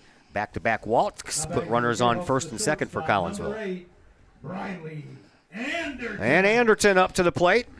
Anderton has singled and walked here in this game. Came around to score on the 2 RBI base hit by Brianna Wellen. But Anderton up there wanting to get a couple of runs batted in herself here. Donahoe ready to go. Here's the pitch. Outside. She's really lost the zone now here. Last 4-5 pitches. And the hit by pitch before that. Coach just moved Strubinger over from center field more over to left field. That one's outside as well. If Anderton gets all something looking like she might pull it. And there's left. a big old gap over there in right center, isn't there? That's a lot of room. That's what Highland's counting on, but yep. Donahoe's ready. Next delivery. Swinging a little bouncer back to Donahoe. She bobbles it, picks it up, throws, and in time for the out. So the Kahawks strand a couple more runners. They have now stranded 6 runners on the day after a couple of walks and a hit batter. Turned out to be all for naught. So we head now to the top of the 5th inning. Collinsville still clinging on to their 1-run lead. And it's a 3-2 contest, and we're back to tell you all about the 5th inning in just a moment here on the Kahok Sports Network. Projects in and around your home can be daunting and overwhelming. Take the stress out of those projects and let AW Indoor and Outdoor Solutions do all the heavy lifting. Former Kahawk Adam Welly can help knock those projects off your list. From framing drywall, painting, and stair work inside to deck work, hardscapes, and concrete and retaining wall construction outside your home, including power washing and brush removal. Whatever the task, AW Indoor and Outdoor Solutions can help. Call Adam Welly for a free estimate at AW Indoor and Outdoor Solutions, 314-252-8010. That's 314-252-8010. Drink it in. Powerful, vibrant, nutrient-rich fuel for healthy, active, experience-rich lives. So you can be your best self, live your best life, and rule the day.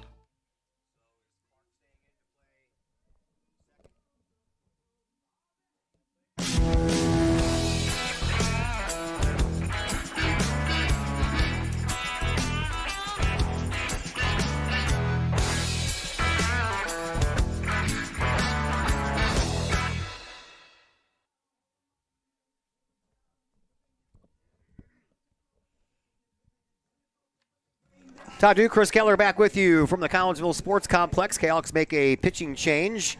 They will move Maya Clark from second base to the pitcher circle, and Reese Kendall will come in and play second base for the Kahawks. And it'll be the bottom of the order to start things off here in the top of the fifth inning in Brianna Habermill, and then back to the top of the order for Highland in Macy Miles and Anna Strubinger.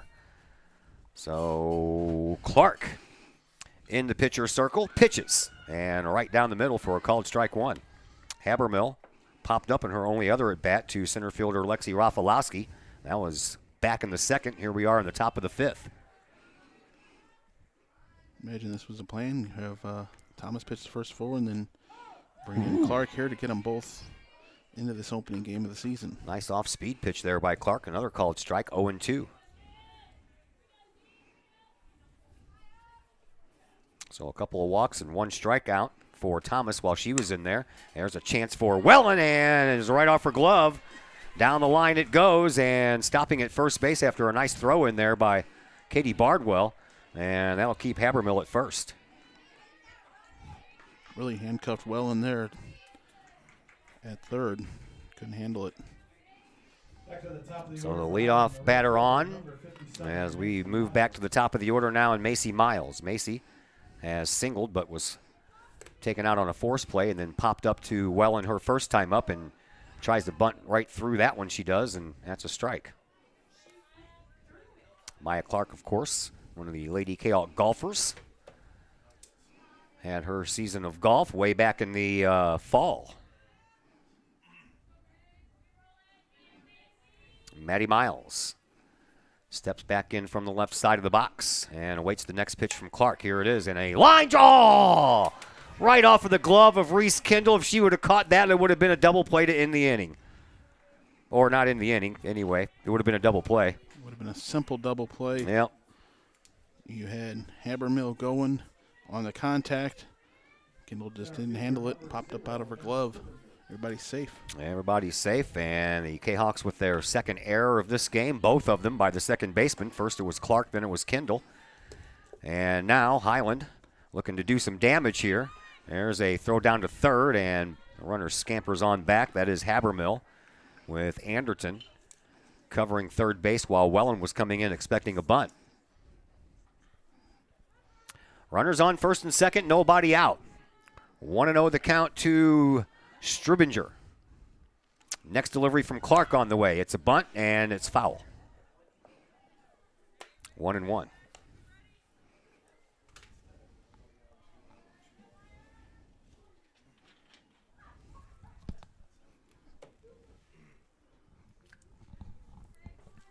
So Strubinger with her big number 0 on her jersey steps back in from the left side. Clark's next pitch, another bunt foul.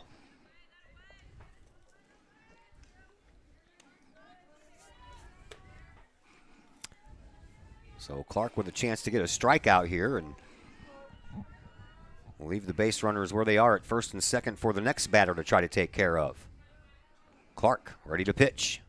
High. Ball 2-2-2. We're in the fifth inning, so it's getting late. Scheduled for 7.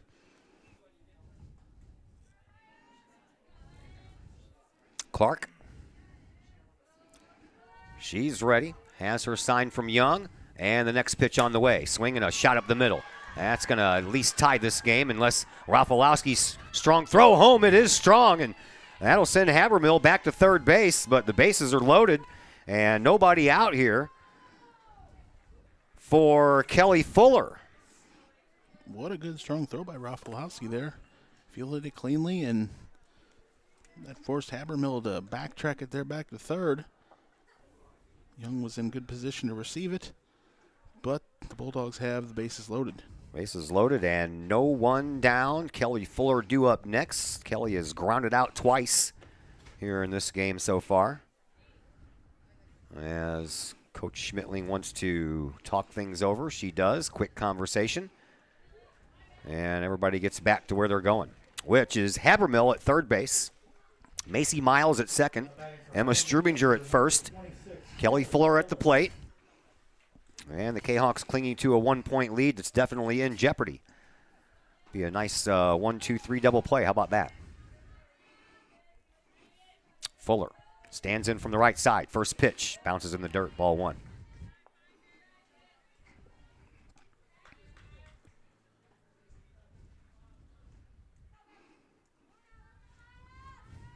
Clark once again looks into Young. Has the sign. Steps back on the rubber and pitches. Swinging a foul ball out of play. That'll even the count at 1-1.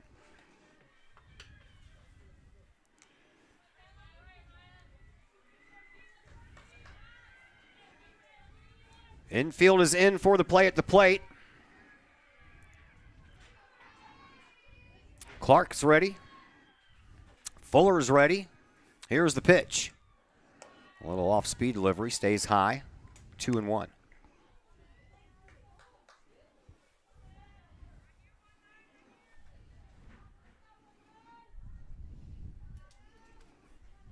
Clark ready to go once again. Next pitch. Stays high.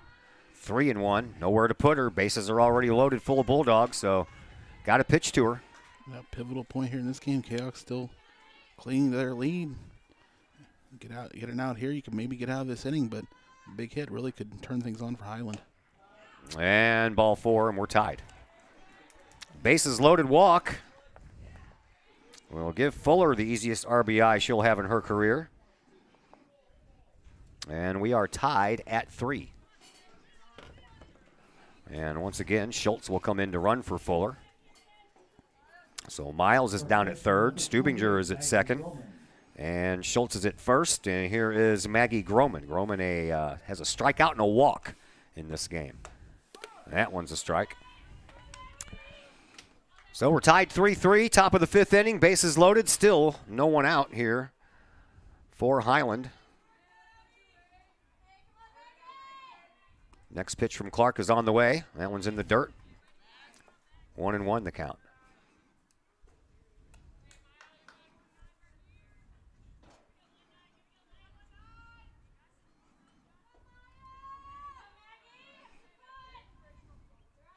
Clark back in the circle again.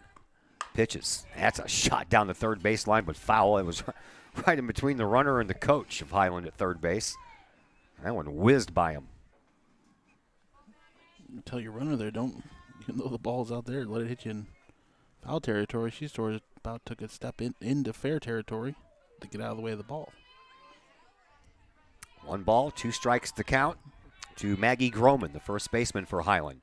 Clark trying to get out of this inning and keep this thing tied. We got a long battle ahead of you here as there's still nobody out. 2-2.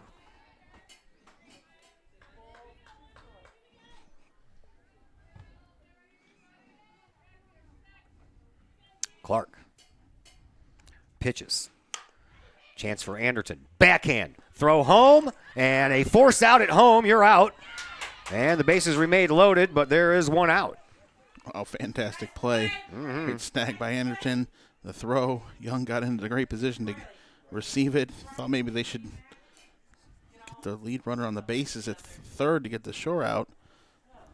But this game stays tied. Third baseman, number 25, Maddie Tronick. So 1 out in the books. Bases still loaded, and Maddie Tronick, who has a 2-run home run to her credit here today, steps up to the plate. Nowhere to put her, so got a pitch to her. 3-3 contest, 1 away, and the first pitch is a little outside, ball 1. Infield remains playing in for another play at the plate opportunity here. Clark ready with another delivery. Here it is. Swinging another chance for Anderton, and she'll throw home again. Yes. And that's an out as well. Nice job on the stretch by Mackenzie Young. She had to stretch herself down the first base side, and she gets up a little gimpy. Hope she didn't pull anything when she made that stretch, but there are 2 outs, and the game remains tied right now. So back-to-back 6-2 putouts. Yeah, she couldn't have stretched out any farther to get I'm that telling one. you. I'm telling you. And heck of a play back-to-back here. Anderton getting the snag and getting the runner out at home. Even the game tied. Back-to-back runners reach on a fielder's choice. And now Clark just 1 out away from getting out of this thing with just the 1 run given up. Here's the pitch, swinging a chance. That's a right past the diving Kendall. 1 run's going to score, 2 runs are going to score, and Highland has the lead now at 5-3. Just up under Kendall's glove. Just couldn't stop it in time, and Highland finally takes the lead. 5 straight runs for the Bulldogs.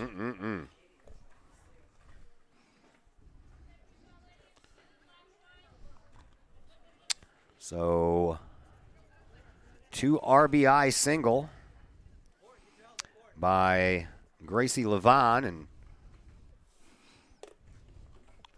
Highland making some kind of switch here. yeah, Nichols is out talking with the home plate umpire. They're going to have another courtesy runner here, and out trots Lauren Wernell. She'll take over the running duties for Gracie Levon over at first base.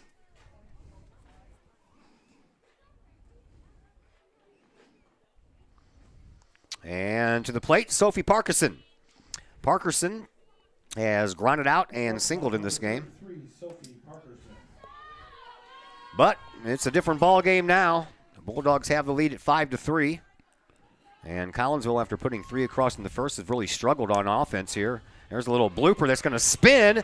And a underhand toss won't do it in time. And Maya Clark couldn't pick that spinning ball up and get a good grip on it and make that underhand toss to Jakic over at first, and everybody's safe. Yeah, she had to chase it down there, and ball spinning, flipped it up there to Jakic, but Parkinson was safe in time. So the bases are loaded once again. Here is Allie Korkenmeyer. Korkenmeyer has reached on an error and grounded out. Collinsville trying to get out of this inning with no further damage done, but they're going to have to work to do it. Foul ball.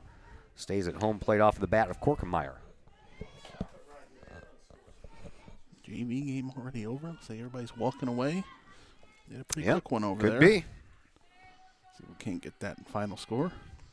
Next pitch on the way. Swinging a shot to the right side, and 2 more runs are going to score. At least one's going to score. They'll hold up the other one, and now we have 2 runners over at second base. Somebody needs to throw. Get over there, and there's the 3rd out of the game, but 1 run does come across, and that one's going to count. So a 3-run lead now for Highland. I'll try to figure out that scoring model when we come back from a break, because that one's going to be fun to figure out. So the Bulldogs put across a bunch of runs here in this 5th inning. 4. And we'll have to try a comeback effort here by your Collinsville Lady Kahawks, and we'll tell you how all that unfolds when we come back from a timeout on the Kahawk Sports Network. Keep your ride shiny and clean with Extreme Details Vehicle Detailing in Collinsville. Extreme Details, owned and operated by former Kahawk Jay Merkel. Jay and his crew at Extreme Details believe in the value of community and in helping their community hold the value of their vehicles with a sharp-looking, clean ride that you and your community can be proud of. Extreme Details can handle any job, whether you drive a small car, an SUV, or even a bus or an RV. No job is too big or too small at Extreme Details. Extreme Details offers scratch and oxidation removal, and they vacuum every vehicle regardless of what package you choose. Cars, trucks, motorcycles, boats, and more. Plus, Extreme Details can handle fleet vehicles for your company. Call Jay and the gang at Extreme Details at 977-1224 or visit Extreme Details at 936 St. Louis Road in Collinsville. Check for periodic specials on the Extreme Details Facebook page. Put the shine in your ride with Extreme Details. Back here at the Collinsville Sports Complex, Todd Duke, Chris Keller along with you. It's a different ball game now. 6-3 in favor of Highland after a 4-run top of the 5th inning here by the Highland Bulldogs. And it almost was a lot worse than that, but the Bulldogs got themselves into the 3rd out with some bad base running. Yeah, jam on the bases there. Ended their inning for them. The Kahawks also threw out 2 runners, got the first 2 outs at home. Yeah. High fly ball on the infield. Tronick at third base calls for it and has it for 1 out.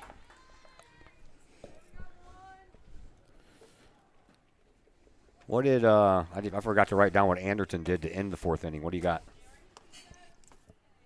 Grounded back to the pitcher, 1-3 to end the inning. Okay.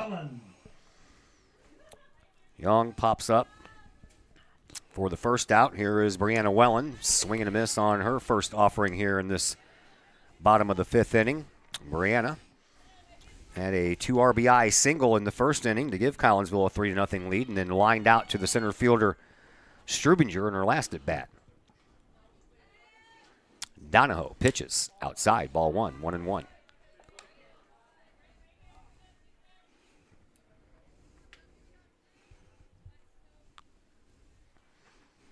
So the Kahawks want to win their first game of the year. They're going to have to do it in comeback fashion now.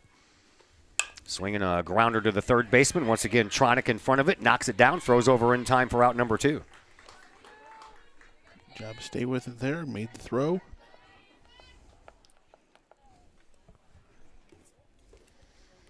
Batting for Collinsville, the left fielder. Here is Katie Bardwell, the left fielder, 0 for 2 so far in the afternoon with a strikeout and a pop-up. She'll try to get on base and see if she can keep things going here for Clark. Pitch inside. Ball 1.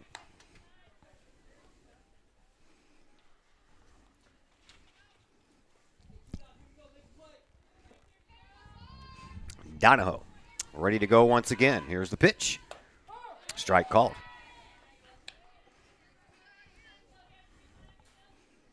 Bardwell, of course, another one of the 2 sports stars. Just wrapped up basketball season not too long ago. Donahoe brings another one to Bardwell, swinging a foul ball. 1 ball, 2 strikes to count. Ready for that extra sport you got to do here in the spring this year? Yeah, volleyball. I know, man. I got it circled. 22nd, I'll be there for the program opening game. Metro East Lutheran.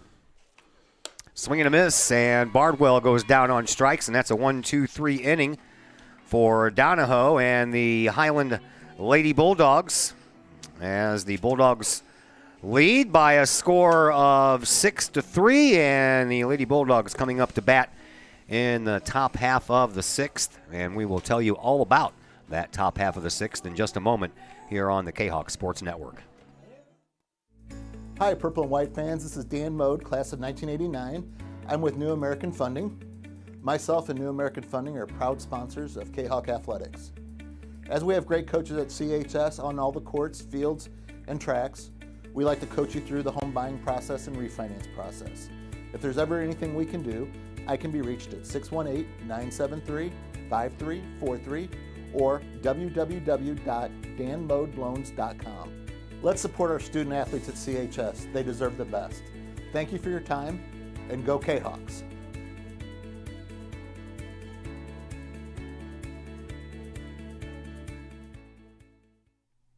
Having problems keeping your ride on the road? Roadman Automotive in Collinsville can help you keep your ride rolling. Roadman Automotive offers everything from diagnostic tests when that check engine light comes on to tune-ups, alignments, brake and suspension work, and more. Oil changes at Roadman Automotive start at just $35. Roadman Automotive is open from 8 a.m. to 5:30 p.m. Monday through Friday and is located at 936 St. Louis Road in Collinsville. Check out the Roadman Automotive Facebook page for daily specials. Call Roadman Automotive at 618-223-1878, online at roadmanautomotivecollinsville.com. Roadman Automotive. Keep your ride on the road with Roadman Automotive. Marissa Thomas is back in the pitcher circle for Collinsville. That's Clark that went back to and second. Clark back to second. So undo everything they did for the 5th. Yeah. And outside and low to Brianna Habermill. And Habermill, she actually started off that last inning with a single, so she almost got to bat twice there in inning number 5. She singled and scored. That one's a little high. She would have if Highland would have had that log jam on the bases. Yeah. Ran themselves out of the inning. 3-0 the count, though, to Habermill, and we got to figure out a way to throw some strikes here because we don't want any free passes when you're already trailing by 3. And that's a called strike on the outside corner.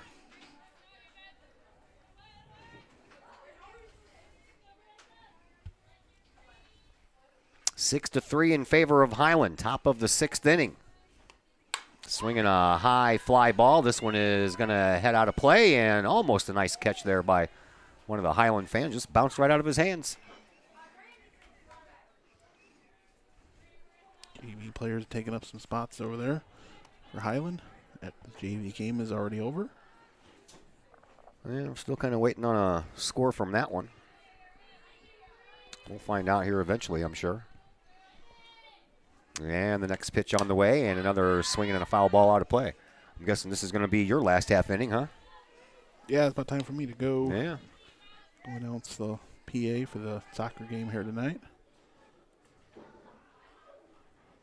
Well, battle back from a 3-0 count to a full count. Thomas pitches, swing and a miss. Nice battle back on that one, man. Yep. That was sweet. 3-0 count. Just barely got that first strike in there. And Habermill fought off a few foul balls, and Thomas gets the strikeout. So one away, back to the top of the order, and Macy Miles.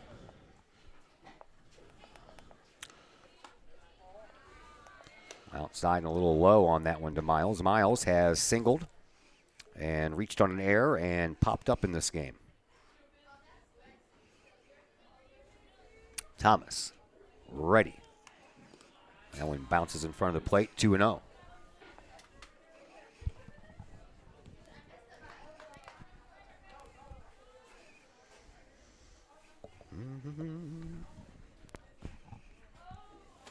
Miles digs back in from the left side. Another lefty, Emma Strubinger, waiting on deck for Highland. Pitch, swing, and a little poke out to the outfield. That's going to get down for a base hit. Rafalowski is up with it and throws it back in, and on at first base for her second time here in this game is Macy Miles. Center fielder, number 0, Emma Strubinger.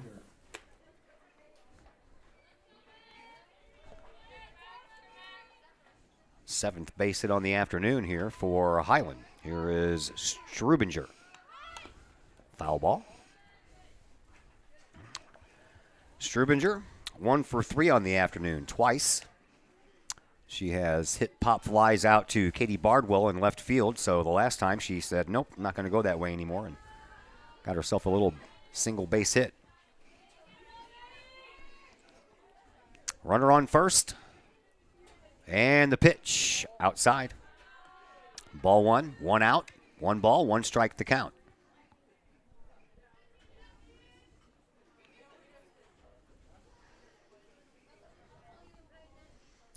Strubinger awaits the next from Thomas, and here it is. It's outside. Gets the call, strike. Yeah. I was looking at the runner trying to run and seeing what Young was going to do. Wasn't paying attention to the umpire, but it's 1 ball and 2 strikes to count to Strubinger. Thomas ready with another one. Here it is. Swinging a high fly ball to center field and right to Rafalowski. She didn't have to move a whole heck of a lot, just a step and a half to her right. Yeah. 2 away. Now batting for the Bulldogs, the catcher, number 26, Kelly Fuller. Kelly Fuller, the catcher for Highland, steps in with 1 runner on, 2 outs. We're in the top of the 6th. Getting kind of late. Collinsville trailing by 3. Pitch. Right over the head of the second baseman, Clark, into the outfield, and a nice quick return throw by Maddie Harris, but everybody's safe. Miles over to second. The first baseman, number 28, Maggie. We'll see if they bring Schultz on to run for Fuller. Yeah, they will. 22 comes back in. So Schultz over at first, and on at second is Miles, and up to the plate is Maggie Groman. Maggie has scored 2 runs, reached on a fielder's choice and a walk in back-to-back innings, and now on a poke. That one's going to roll all the way up against the wall, and Highland's going to add on to their lead. Whoa! Coming around first base, Macy Miles falls down, then had to get herself back up. Meanwhile, coming up right behind her was Schultz, and both runners score in a strange play. Yeah, Schultz had to just hold up a bit. Lucky she didn't end up passing Miles. because she would have been out and ended the inning, and without Miles laying there on the ground, no runs would have scored. The inning would have been over, but Miles collected herself, got back up, and Schultz never passed her.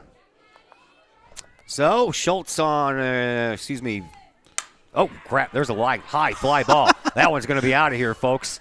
That one, off the base of the wall. I thought that one was gone.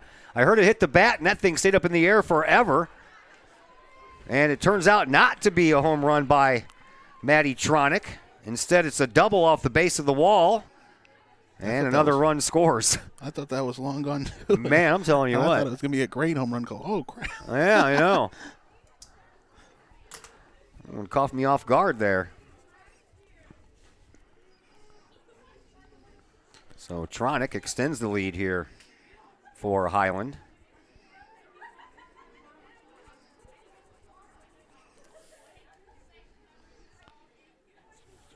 Nine to 3.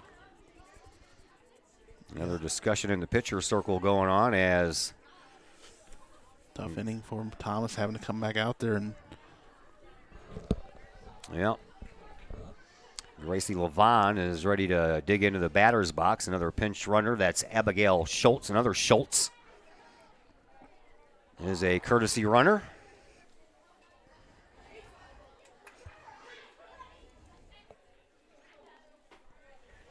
So the defending Class 3A champions have come in here, and right now they are showing everybody why.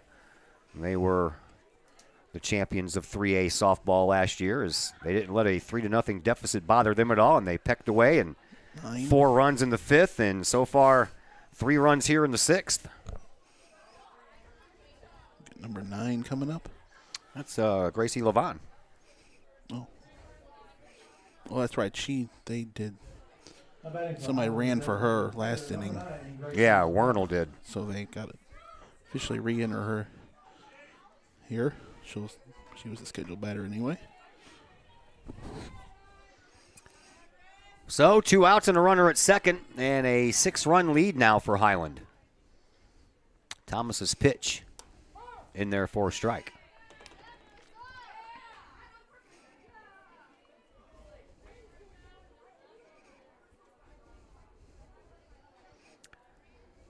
Thomas ready with another delivery to Levon, and a little poke right into the glove of Alex Jakic, and that's the way that the inning comes to a close with a little line out to the Kahok first baseman, but not before 3 more runs come across the plate on a few more base hits.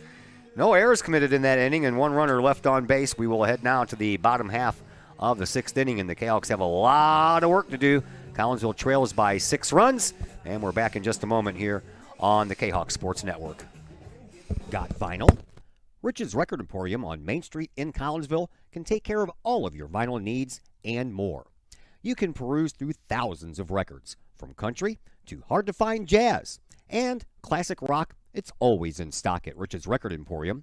Used vinyl by the hundreds, plus new releases by new artists as well as reissues by classic artists. Don't forget to check out the audio room at Rich's Record Emporium. There, you can test out all the latest in audio gear, from top-of-the-line speakers to the latest in new turntables, plus amps, streamers, and all of the accessories like needles, belts, and more. While you're there, check out the music-related wall art, as well as t-shirts, record cleaners, and so much more. Plus, if you can't find it at Rich's, they will do their best to find it for you. Come check out Collinsville's only record store, Rich's Record Emporium, 131 West Main Street in beautiful uptown Collinsville, 618-795-1333, online, richesrecordemporium.com. Well, we just heard from our fine sponsor, Rich's Record Emporium. I went in and saw the guys, Scott and Mark, just a few days ago, and Scott told me they start mentioning the fact that if you go into Rich's Record Emporium and mention that you seen or heard the ad here on the Kahawk Sports Network, they will give you a 5% discount on your purchases. And that, of course, is some good classic rock albums. Got some country for you, got some blues, got some jazz, and they have all kinds of sound equipment. We updated our system over the holidays, and we are very happy with the system that we purchased from Richard's Record Emporium. It is awesome to listen to. Bottom of the order here for Collinsville, Maya Clark, Marissa Thomas, and Maddie Harris. If anyone can get on back to the top of the order, and there's a first pitch swing and a little blooper of a line drive to Parkerson at shortstop. 1 pitch, 1 out. The pitcher, number 24, Marissa Thomas.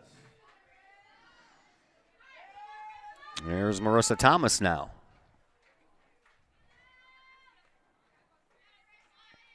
Collinsville trails by 6. Thomas 0 for 2 on the afternoon. Donahoe back out in the circle for her 6th inning worth of work, and first pitch is in there for a strike. Donahoe working quickly, ready with another to Thomas. Inside, ball 1. 1-1 the count. Maddie Harris waits on deck. Thomas or Harris needs to get on to get back to the top of the order in Lexi Rafalowski. Donahoe ready with another delivery. Here it is. Ball low. Chris Keller had to leave. He is the PA announcer and the scoreboard operator at Kahok Stadium for the girls' soccer home opener. They're taking on Waterloo tonight. We wish them all the luck.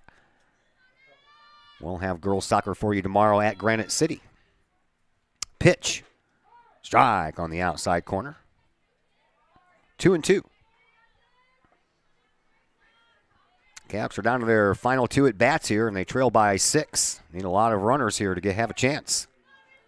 Next pitch from Donahoe, swinging a chance for the shortstop once again. And once again, Parkerson up with it, throws over to first baseman Groman, and 2 away.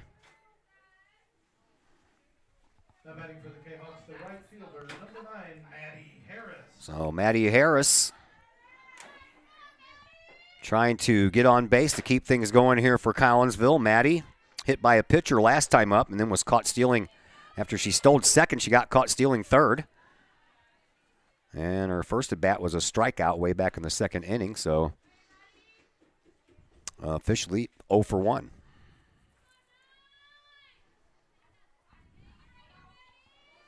Donahoe ready with another for Harris.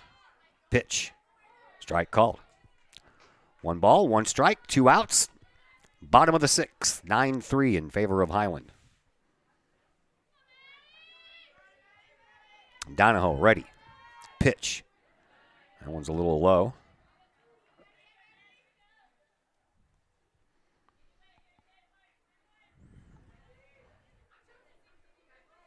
Two and 1 the count to Maddie Harris. And Donahoe is ready with another delivery. Here it is.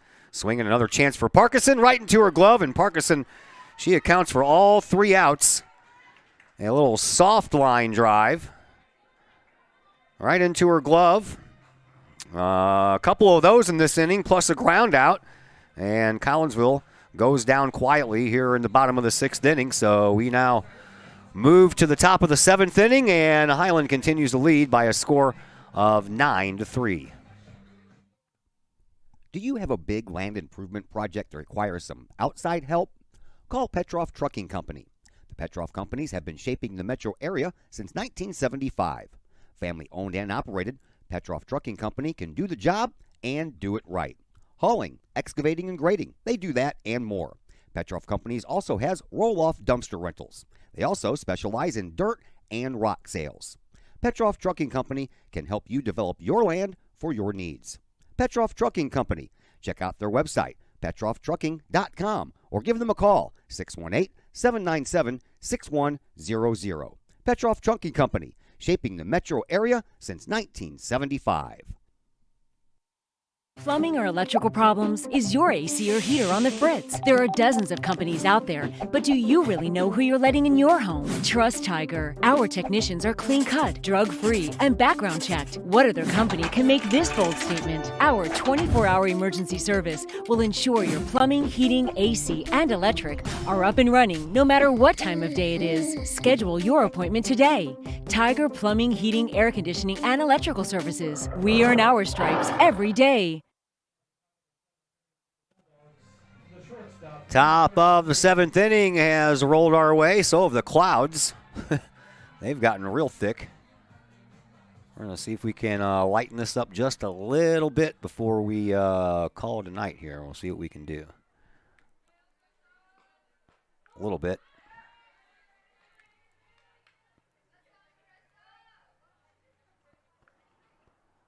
That looks good. A little bit better anyway. Swinging a foul ball right back here, but off the top of the gate, off the top of the backstop.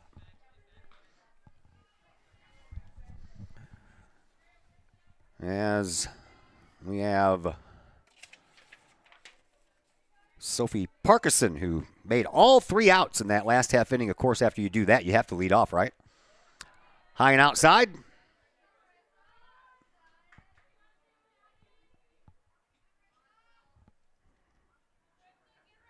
Bottom of the order, Parkinson, Korkemeyer, and Habermill for Highland. Outside as well.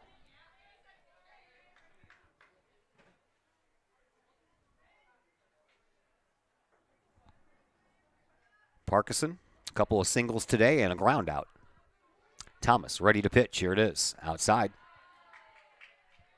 3-1. 3-2, excuse me. Full count.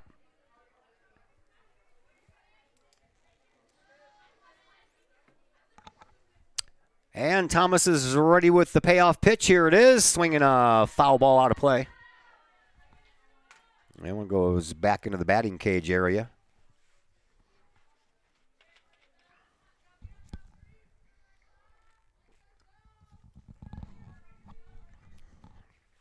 Marissa Thomas back in the circle. She's ready to go. Has her sign and brings it home. Walk. Third walk issued on the afternoon by Thomas. And Parkinson is on base for the 3rd straight time. There is Korkenmeyer.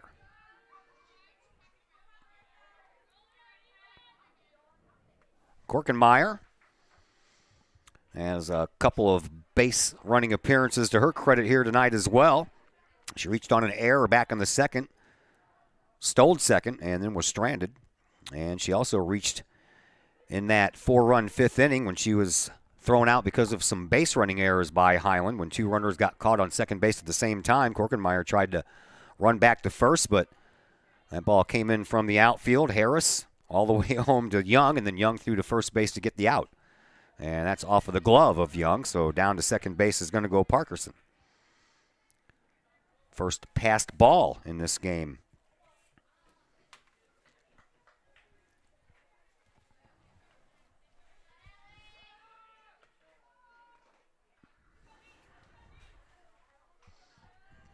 Next delivery on the way to Korkenmeyer.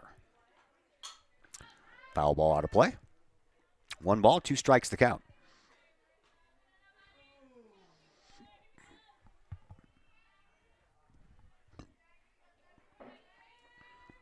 Thomas ready with another. Next delivery to Korkenmeyer. Swinging another foul ball. This one's more of a line drive variety, but that screams over the bleachers where the Highland fans are calling home for this game. Soccer tomorrow at Granite City, 6:30 start after the JV game, of course, so not set in stone on the start time. And then we'll have a little afternoon baseball action for you on Wednesday. There's a fly ball, and on the run with a nice catch. A little bit to her left was Maddie Harris, 1 away. And moving over to third on the play was Parkinson. Second baseman, number 19, Brianna Habermill. So Habermill will come up with a runner at third base and 1 out. Habermill, strikeout victim her last time up. Singled and scored in that 5-run 4th inning. This is a high pop fly that's going to go back behind us.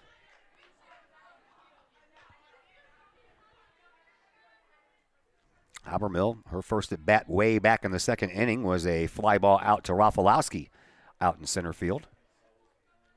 Thomas is ready with another pitch. Here it is, and that one's a little blooper that's going to go down the line, and that is going to score Parkinson, and the Highland Bulldogs have hit double digits here this afternoon, 10-3 now the score.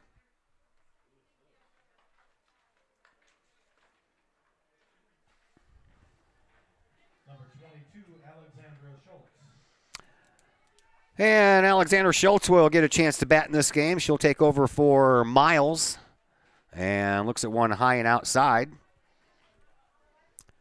Macy Miles had a couple of singles, reached on an error, so she was on base 3 times in the game. And plus a pop-up to Brianna Wellen down at third base. So a pretty productive day for Miles. That pitch down and a throw down to second base, and Anderton, had to get in front of the bag and then dive for it so it wouldn't go into the outfield. And safe at second base is Habermehl.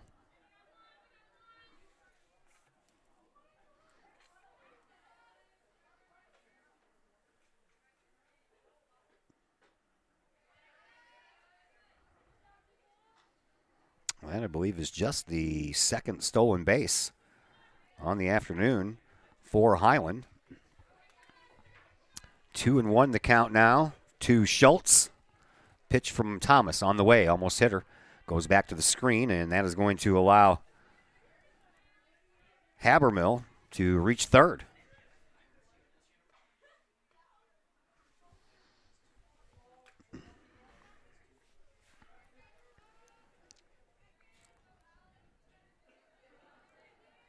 Thomas ready to go again. And the pitch. Strike called. She's confused. Schultz is confused. Umpire called a strike. She threw the bat down and headed toward first base. So it's a full count. Runner at third, 1 out. And Thomas ready with another pitch to Schultz. Here it is. Swing and a miss. Down on strikes is Schultz. And for Thomas, her third strikeout of the afternoon. And Strubinger, the center fielder, comes up. 1 for 4 on the afternoon for the Highland center fielder. 2 away, and a foul ball back to the screen.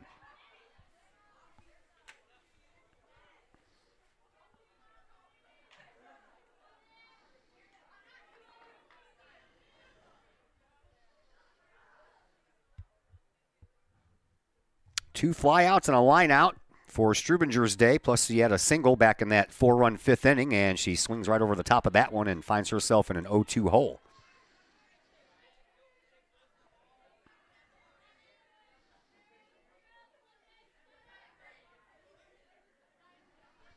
Here's the 0-2 pitch.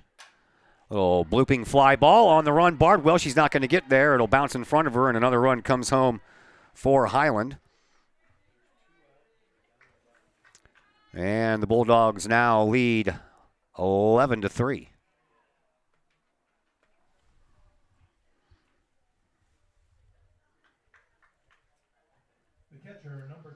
Here's Kelly Fuller, the catcher. Back-to-back times she's been on base. And back-to-back times she has scored.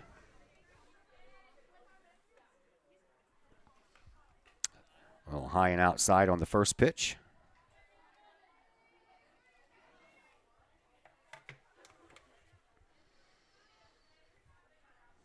So Thomas trying to get her out and get out of this inning, and Collinsville's going to need a whale of a 7th. There's a chance for Anderton. She'll take it and step on the bag herself.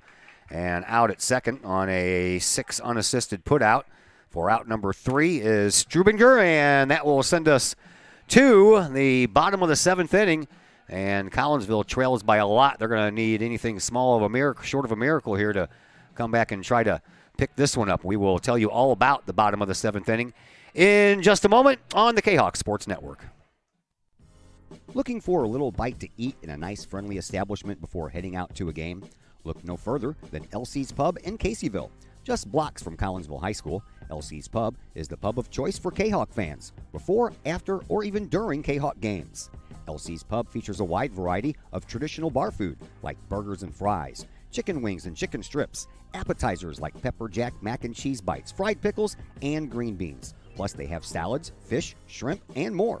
LC's Pub also features an outdoor patio, a gaming room, weekly poker tournaments, and a pool table, plus enough TVs for all the sports fans. And LC's Pub shows Kahok games live, as well as Blues and Cardinals games.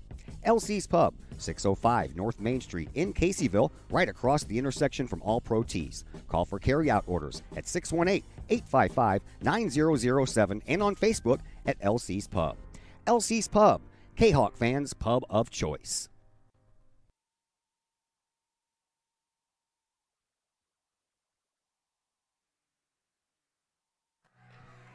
Back here at the Collinsville Sports Complex, Todd Duke with you. Chris Keller was with us earlier, but he has to go play PA announcer over at Kahok Stadium as the girls soccer team opens up their season against Waterloo. Here, Collinsville has their work cut out for them. It's going to be the top of the order for the Kahawks, Lexi Rafalowski, Alex Jakic, Briley Anderton. If anyone can get on Mackenzie Young, at least that's the way we have it written up. We'll see if the coaching staff wants to make any changes to that lineup. But Donahoe back out there for her 7th inning worth of work, looking for a complete game victory to give her team a 1-0 start after they captured the 3A championship last year, and that one goes over the head of Rafalowski. Rafalowski has been on base all 3 times this afternoon. A single, reached on an error, and a walk. She scored 1 run and has 2 stolen bases. Pitch. High. Ball 2. Kahawks trail by 8. They have a long hill to climb. Donahoe pitches. Outside. 3 straight out of the strike zone.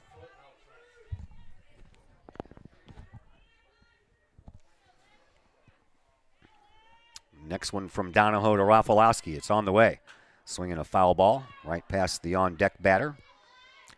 Jakic.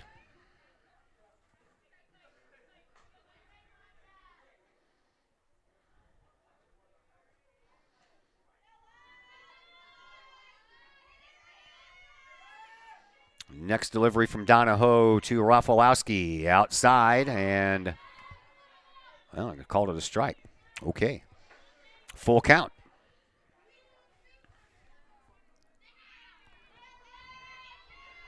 And the payoff pitch. Swinging a chance for Parkerson once again, and she throws it across in time for out number 1. That was a lot closer than what it was going to be when that ball left the bat, that's for sure.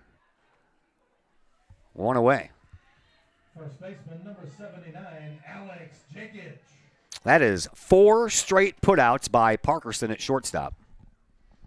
Here is Alex Jakic. Jakic has reached base all 3 times this afternoon as well. 2 walks, a single. She scored, and she picked up an RBI as well. Pitch to her. Right down the middle, called strike 1.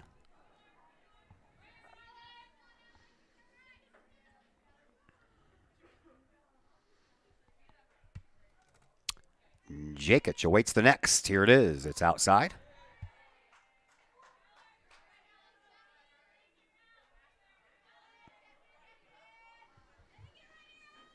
Jakic from the left side awaits the 0-2 pitch. It's on the way. Swing and a miss. Down on strikes goes Jakic.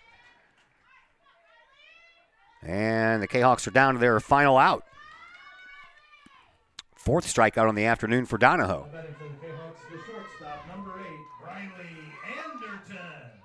Anderton is the last hope here for Collinsville, trying to get on ahead of Mackenzie Young, but we'll see how this pans out. Donahoe. A little high and outside, ball 1.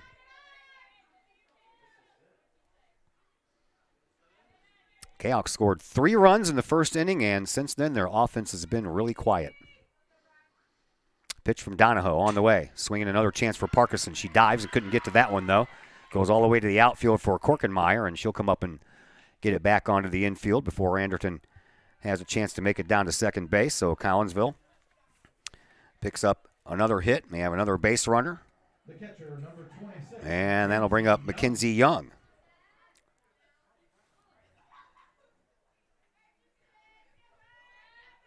Matter of fact, that's the first hit for Collinsville since the first inning. Ball 1 to Mackenzie Young. Young is 0 for 3, 2 pop-ups and a ground out. Donahoe looks into Fuller, has her sign, brings it home. That one's on the inside corner for a called strike, 1-1.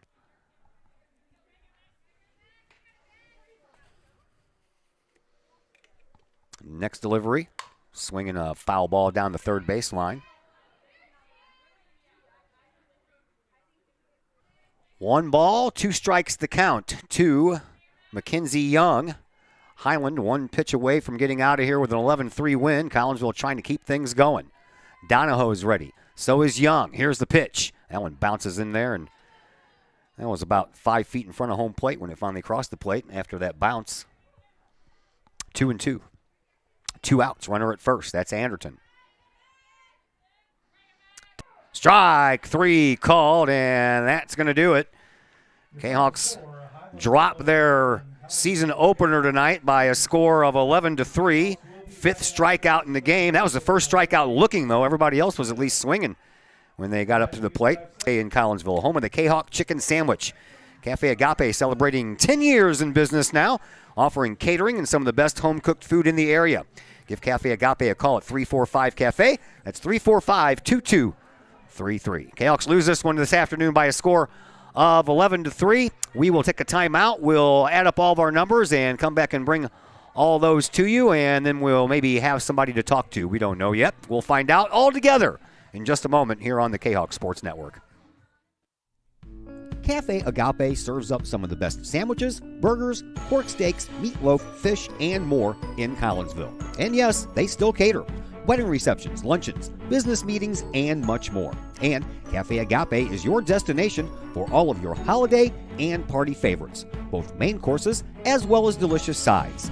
Cafe Agape in Collinsville is the only place to pick up a Kahawk sandwich or dog and the new Flamin' Kahawk sandwich. Cafe Agape, check them out at 703 St. Louis Road. Give them a call at 345-CAFE. That's 345-2233. And don't forget to tell them Stewie sent you. Lakeside Roofing in Collinsville. Let the professionals at Lakeside Roofing protect your most important investment, your home or business. Have the elements taken a toll on your roof system? Notice a leaking roof? Maybe it's time for a free roof inspection. Regular maintenance can extend the life of your roofing system by 10 years or more. Lakeside Roofing is your winning team for commercial and residential roofing systems. Lakeside's all-star professionals have installed, repaired, and maintained hundreds of roofs on both sides of the river. Call Lakeside Roofing today at 618-344-2800 or 314-241-5253 or online at lakesideroofing.com. Lakeside Roofing, celebrating 50 years of serving the metro area. Choose experience, choose Lakeside. Just because you can cut your own hair doesn't mean you should. The Shop, a great place in Collinsville for men and boys haircuts, is where you should take your hair. The Shop is owned and operated by Collinsville High School graduates Danny Kress and Jody Neiman and is located at 103 South Seminary Street in Uptown Collinsville. The Shop isn't just another place to get a haircut, as Danny and Jody take great joy in getting to know their clients and look forward to turning those clients into friends. When you sit in a stylish chair at the Shop, Jody and Danny pride themselves on getting to know you well enough to say, the usual. So, men and boys, if you're tired of the same old cookie-cutter approach to haircuts, check out Danny and Jody at the Shop. You may just walk out with not only a fantastic cut, but you may also walk out with a friend. Or two. The Shop in Collinsville, 618-772-7175. No appointment necessary. The Shop, 103 South Seminary in Uptown Collinsville. The Junior Service Club of Collinsville has been a proud supporter of KahokSports.com and the Kahok Sports Network from day one. Since 1934, the Junior Service Club of Collinsville has been providing women in the community an opportunity to make a difference with fundraisers and projects, all that go towards helping the needy in Collinsville.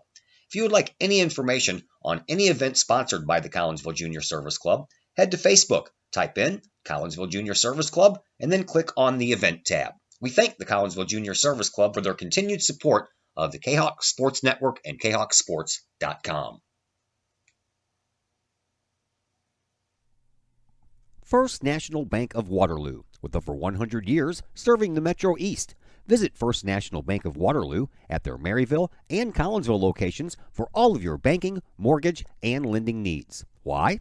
Super low closing costs, low construction loan rates, and they do so much to support our local communities. When you need a loan, call the Collinsville team at First National Bank of Waterloo at 618-345-1121 or visit their Maryville and Collinsville locations or online at fnbwaterloo.bank. First National Bank of Waterloo, member FDIC, equal housing lender. Ogle Auctions in Collinsville, your place for online auctioning. Go to Ogle Auction Items and more. To collectible items, anyone in the market for, say, a trolley? Or maybe you're into more treasure troves, like vinyl albums, cars, or motorcycles. And Ogle Auctions is always on the lookout for more auctionable items. Ogle Auctions of Collinsville. Auctions every Sunday at 7 p.m. Check them out at www.ogleauctions.com or call Kim or Mike Ogle at 618-218-2117. Pace Design and Construction in Maryville. Whether building a new home, making an addition to the home you currently own, or finally getting around to that remodeling job you've been putting off, Pace Design and Construction in Maryville can help. Pace Design and Construction is a building and remodeling contractor you can trust. They provide the highest quality, they are dedicated to their customers, and are committed to completing your project on time and within budget. Pace Design and Construction in Maryville. Give them a call at 618-407-5466, online at pacedesignconstruct.com, or on Facebook at Pace Construction Design. Cafe Agape serves up some of the best sandwiches, burgers, pork steaks, meatloaf, fish, and more in Collinsville. And yes, they still cater. Wedding receptions, luncheons, business meetings, and much more. And Cafe Agape is your destination for all of your holiday and party favorites, both main courses as well as delicious sides. Cafe Agape in Collinsville is the only place to pick up a Kahok sandwich or dog and the new Flamin' Kahok sandwich. Cafe Agape. Check them out at 703 St. Louis Road. Give them a call at 345-CAFE. That's 345-2233. And don't forget to tell them Stewie sent you. And once again, we welcome you back into the Cafe Agape post-game show here on the Kahok Sports Network. Collinsville drops their season and their home opener this afternoon by a score of 11-3. Against the Highland Lady Bulldogs. Collinsville got out to the quick start. They plated 3 runs in the home half of the third inning. 3 runs came across on 4 base hits, and looked like we were in for a good, nice ride there by the Collinsville Lady Kahawks. And Collinsville's defense and their pitching held Highland scoreless through the first 3 innings, but after that, Highland scored 2 in the fourth, 4 in the fifth, 3 in the sixth, and 2 more in the seventh. And after those initial 4 hits in the first inning for Collinsville, they did not get another hit until that single by Briley Anderton in the bottom of the 7th inning. So Collinsville stagnated on their offense, if you will, after that first inning. The numbers for you: Highland, 11 runs on 11 hits. They commit 1 error, and they left 7 base runners on. Collinsville got 3 runs. The whole team is still out in the outfield talking, so no post-game guest for us here on this first game of the year. So we'll try to work things out a little bit better here as we go along, and hopefully we can do that for you. So big thank you to Coach Jess Schmittling for joining us in the pregame show. Big thank you to Chris Kettler joining us on the other microphone. My name is Todd Duke. Girls are back in action Thursday, their first road trip of the year at Mascoutah. We are back game for you. And again, my name is Todd Duke, and until tomorrow night, everybody have yourselves a fantastic rest of your evening.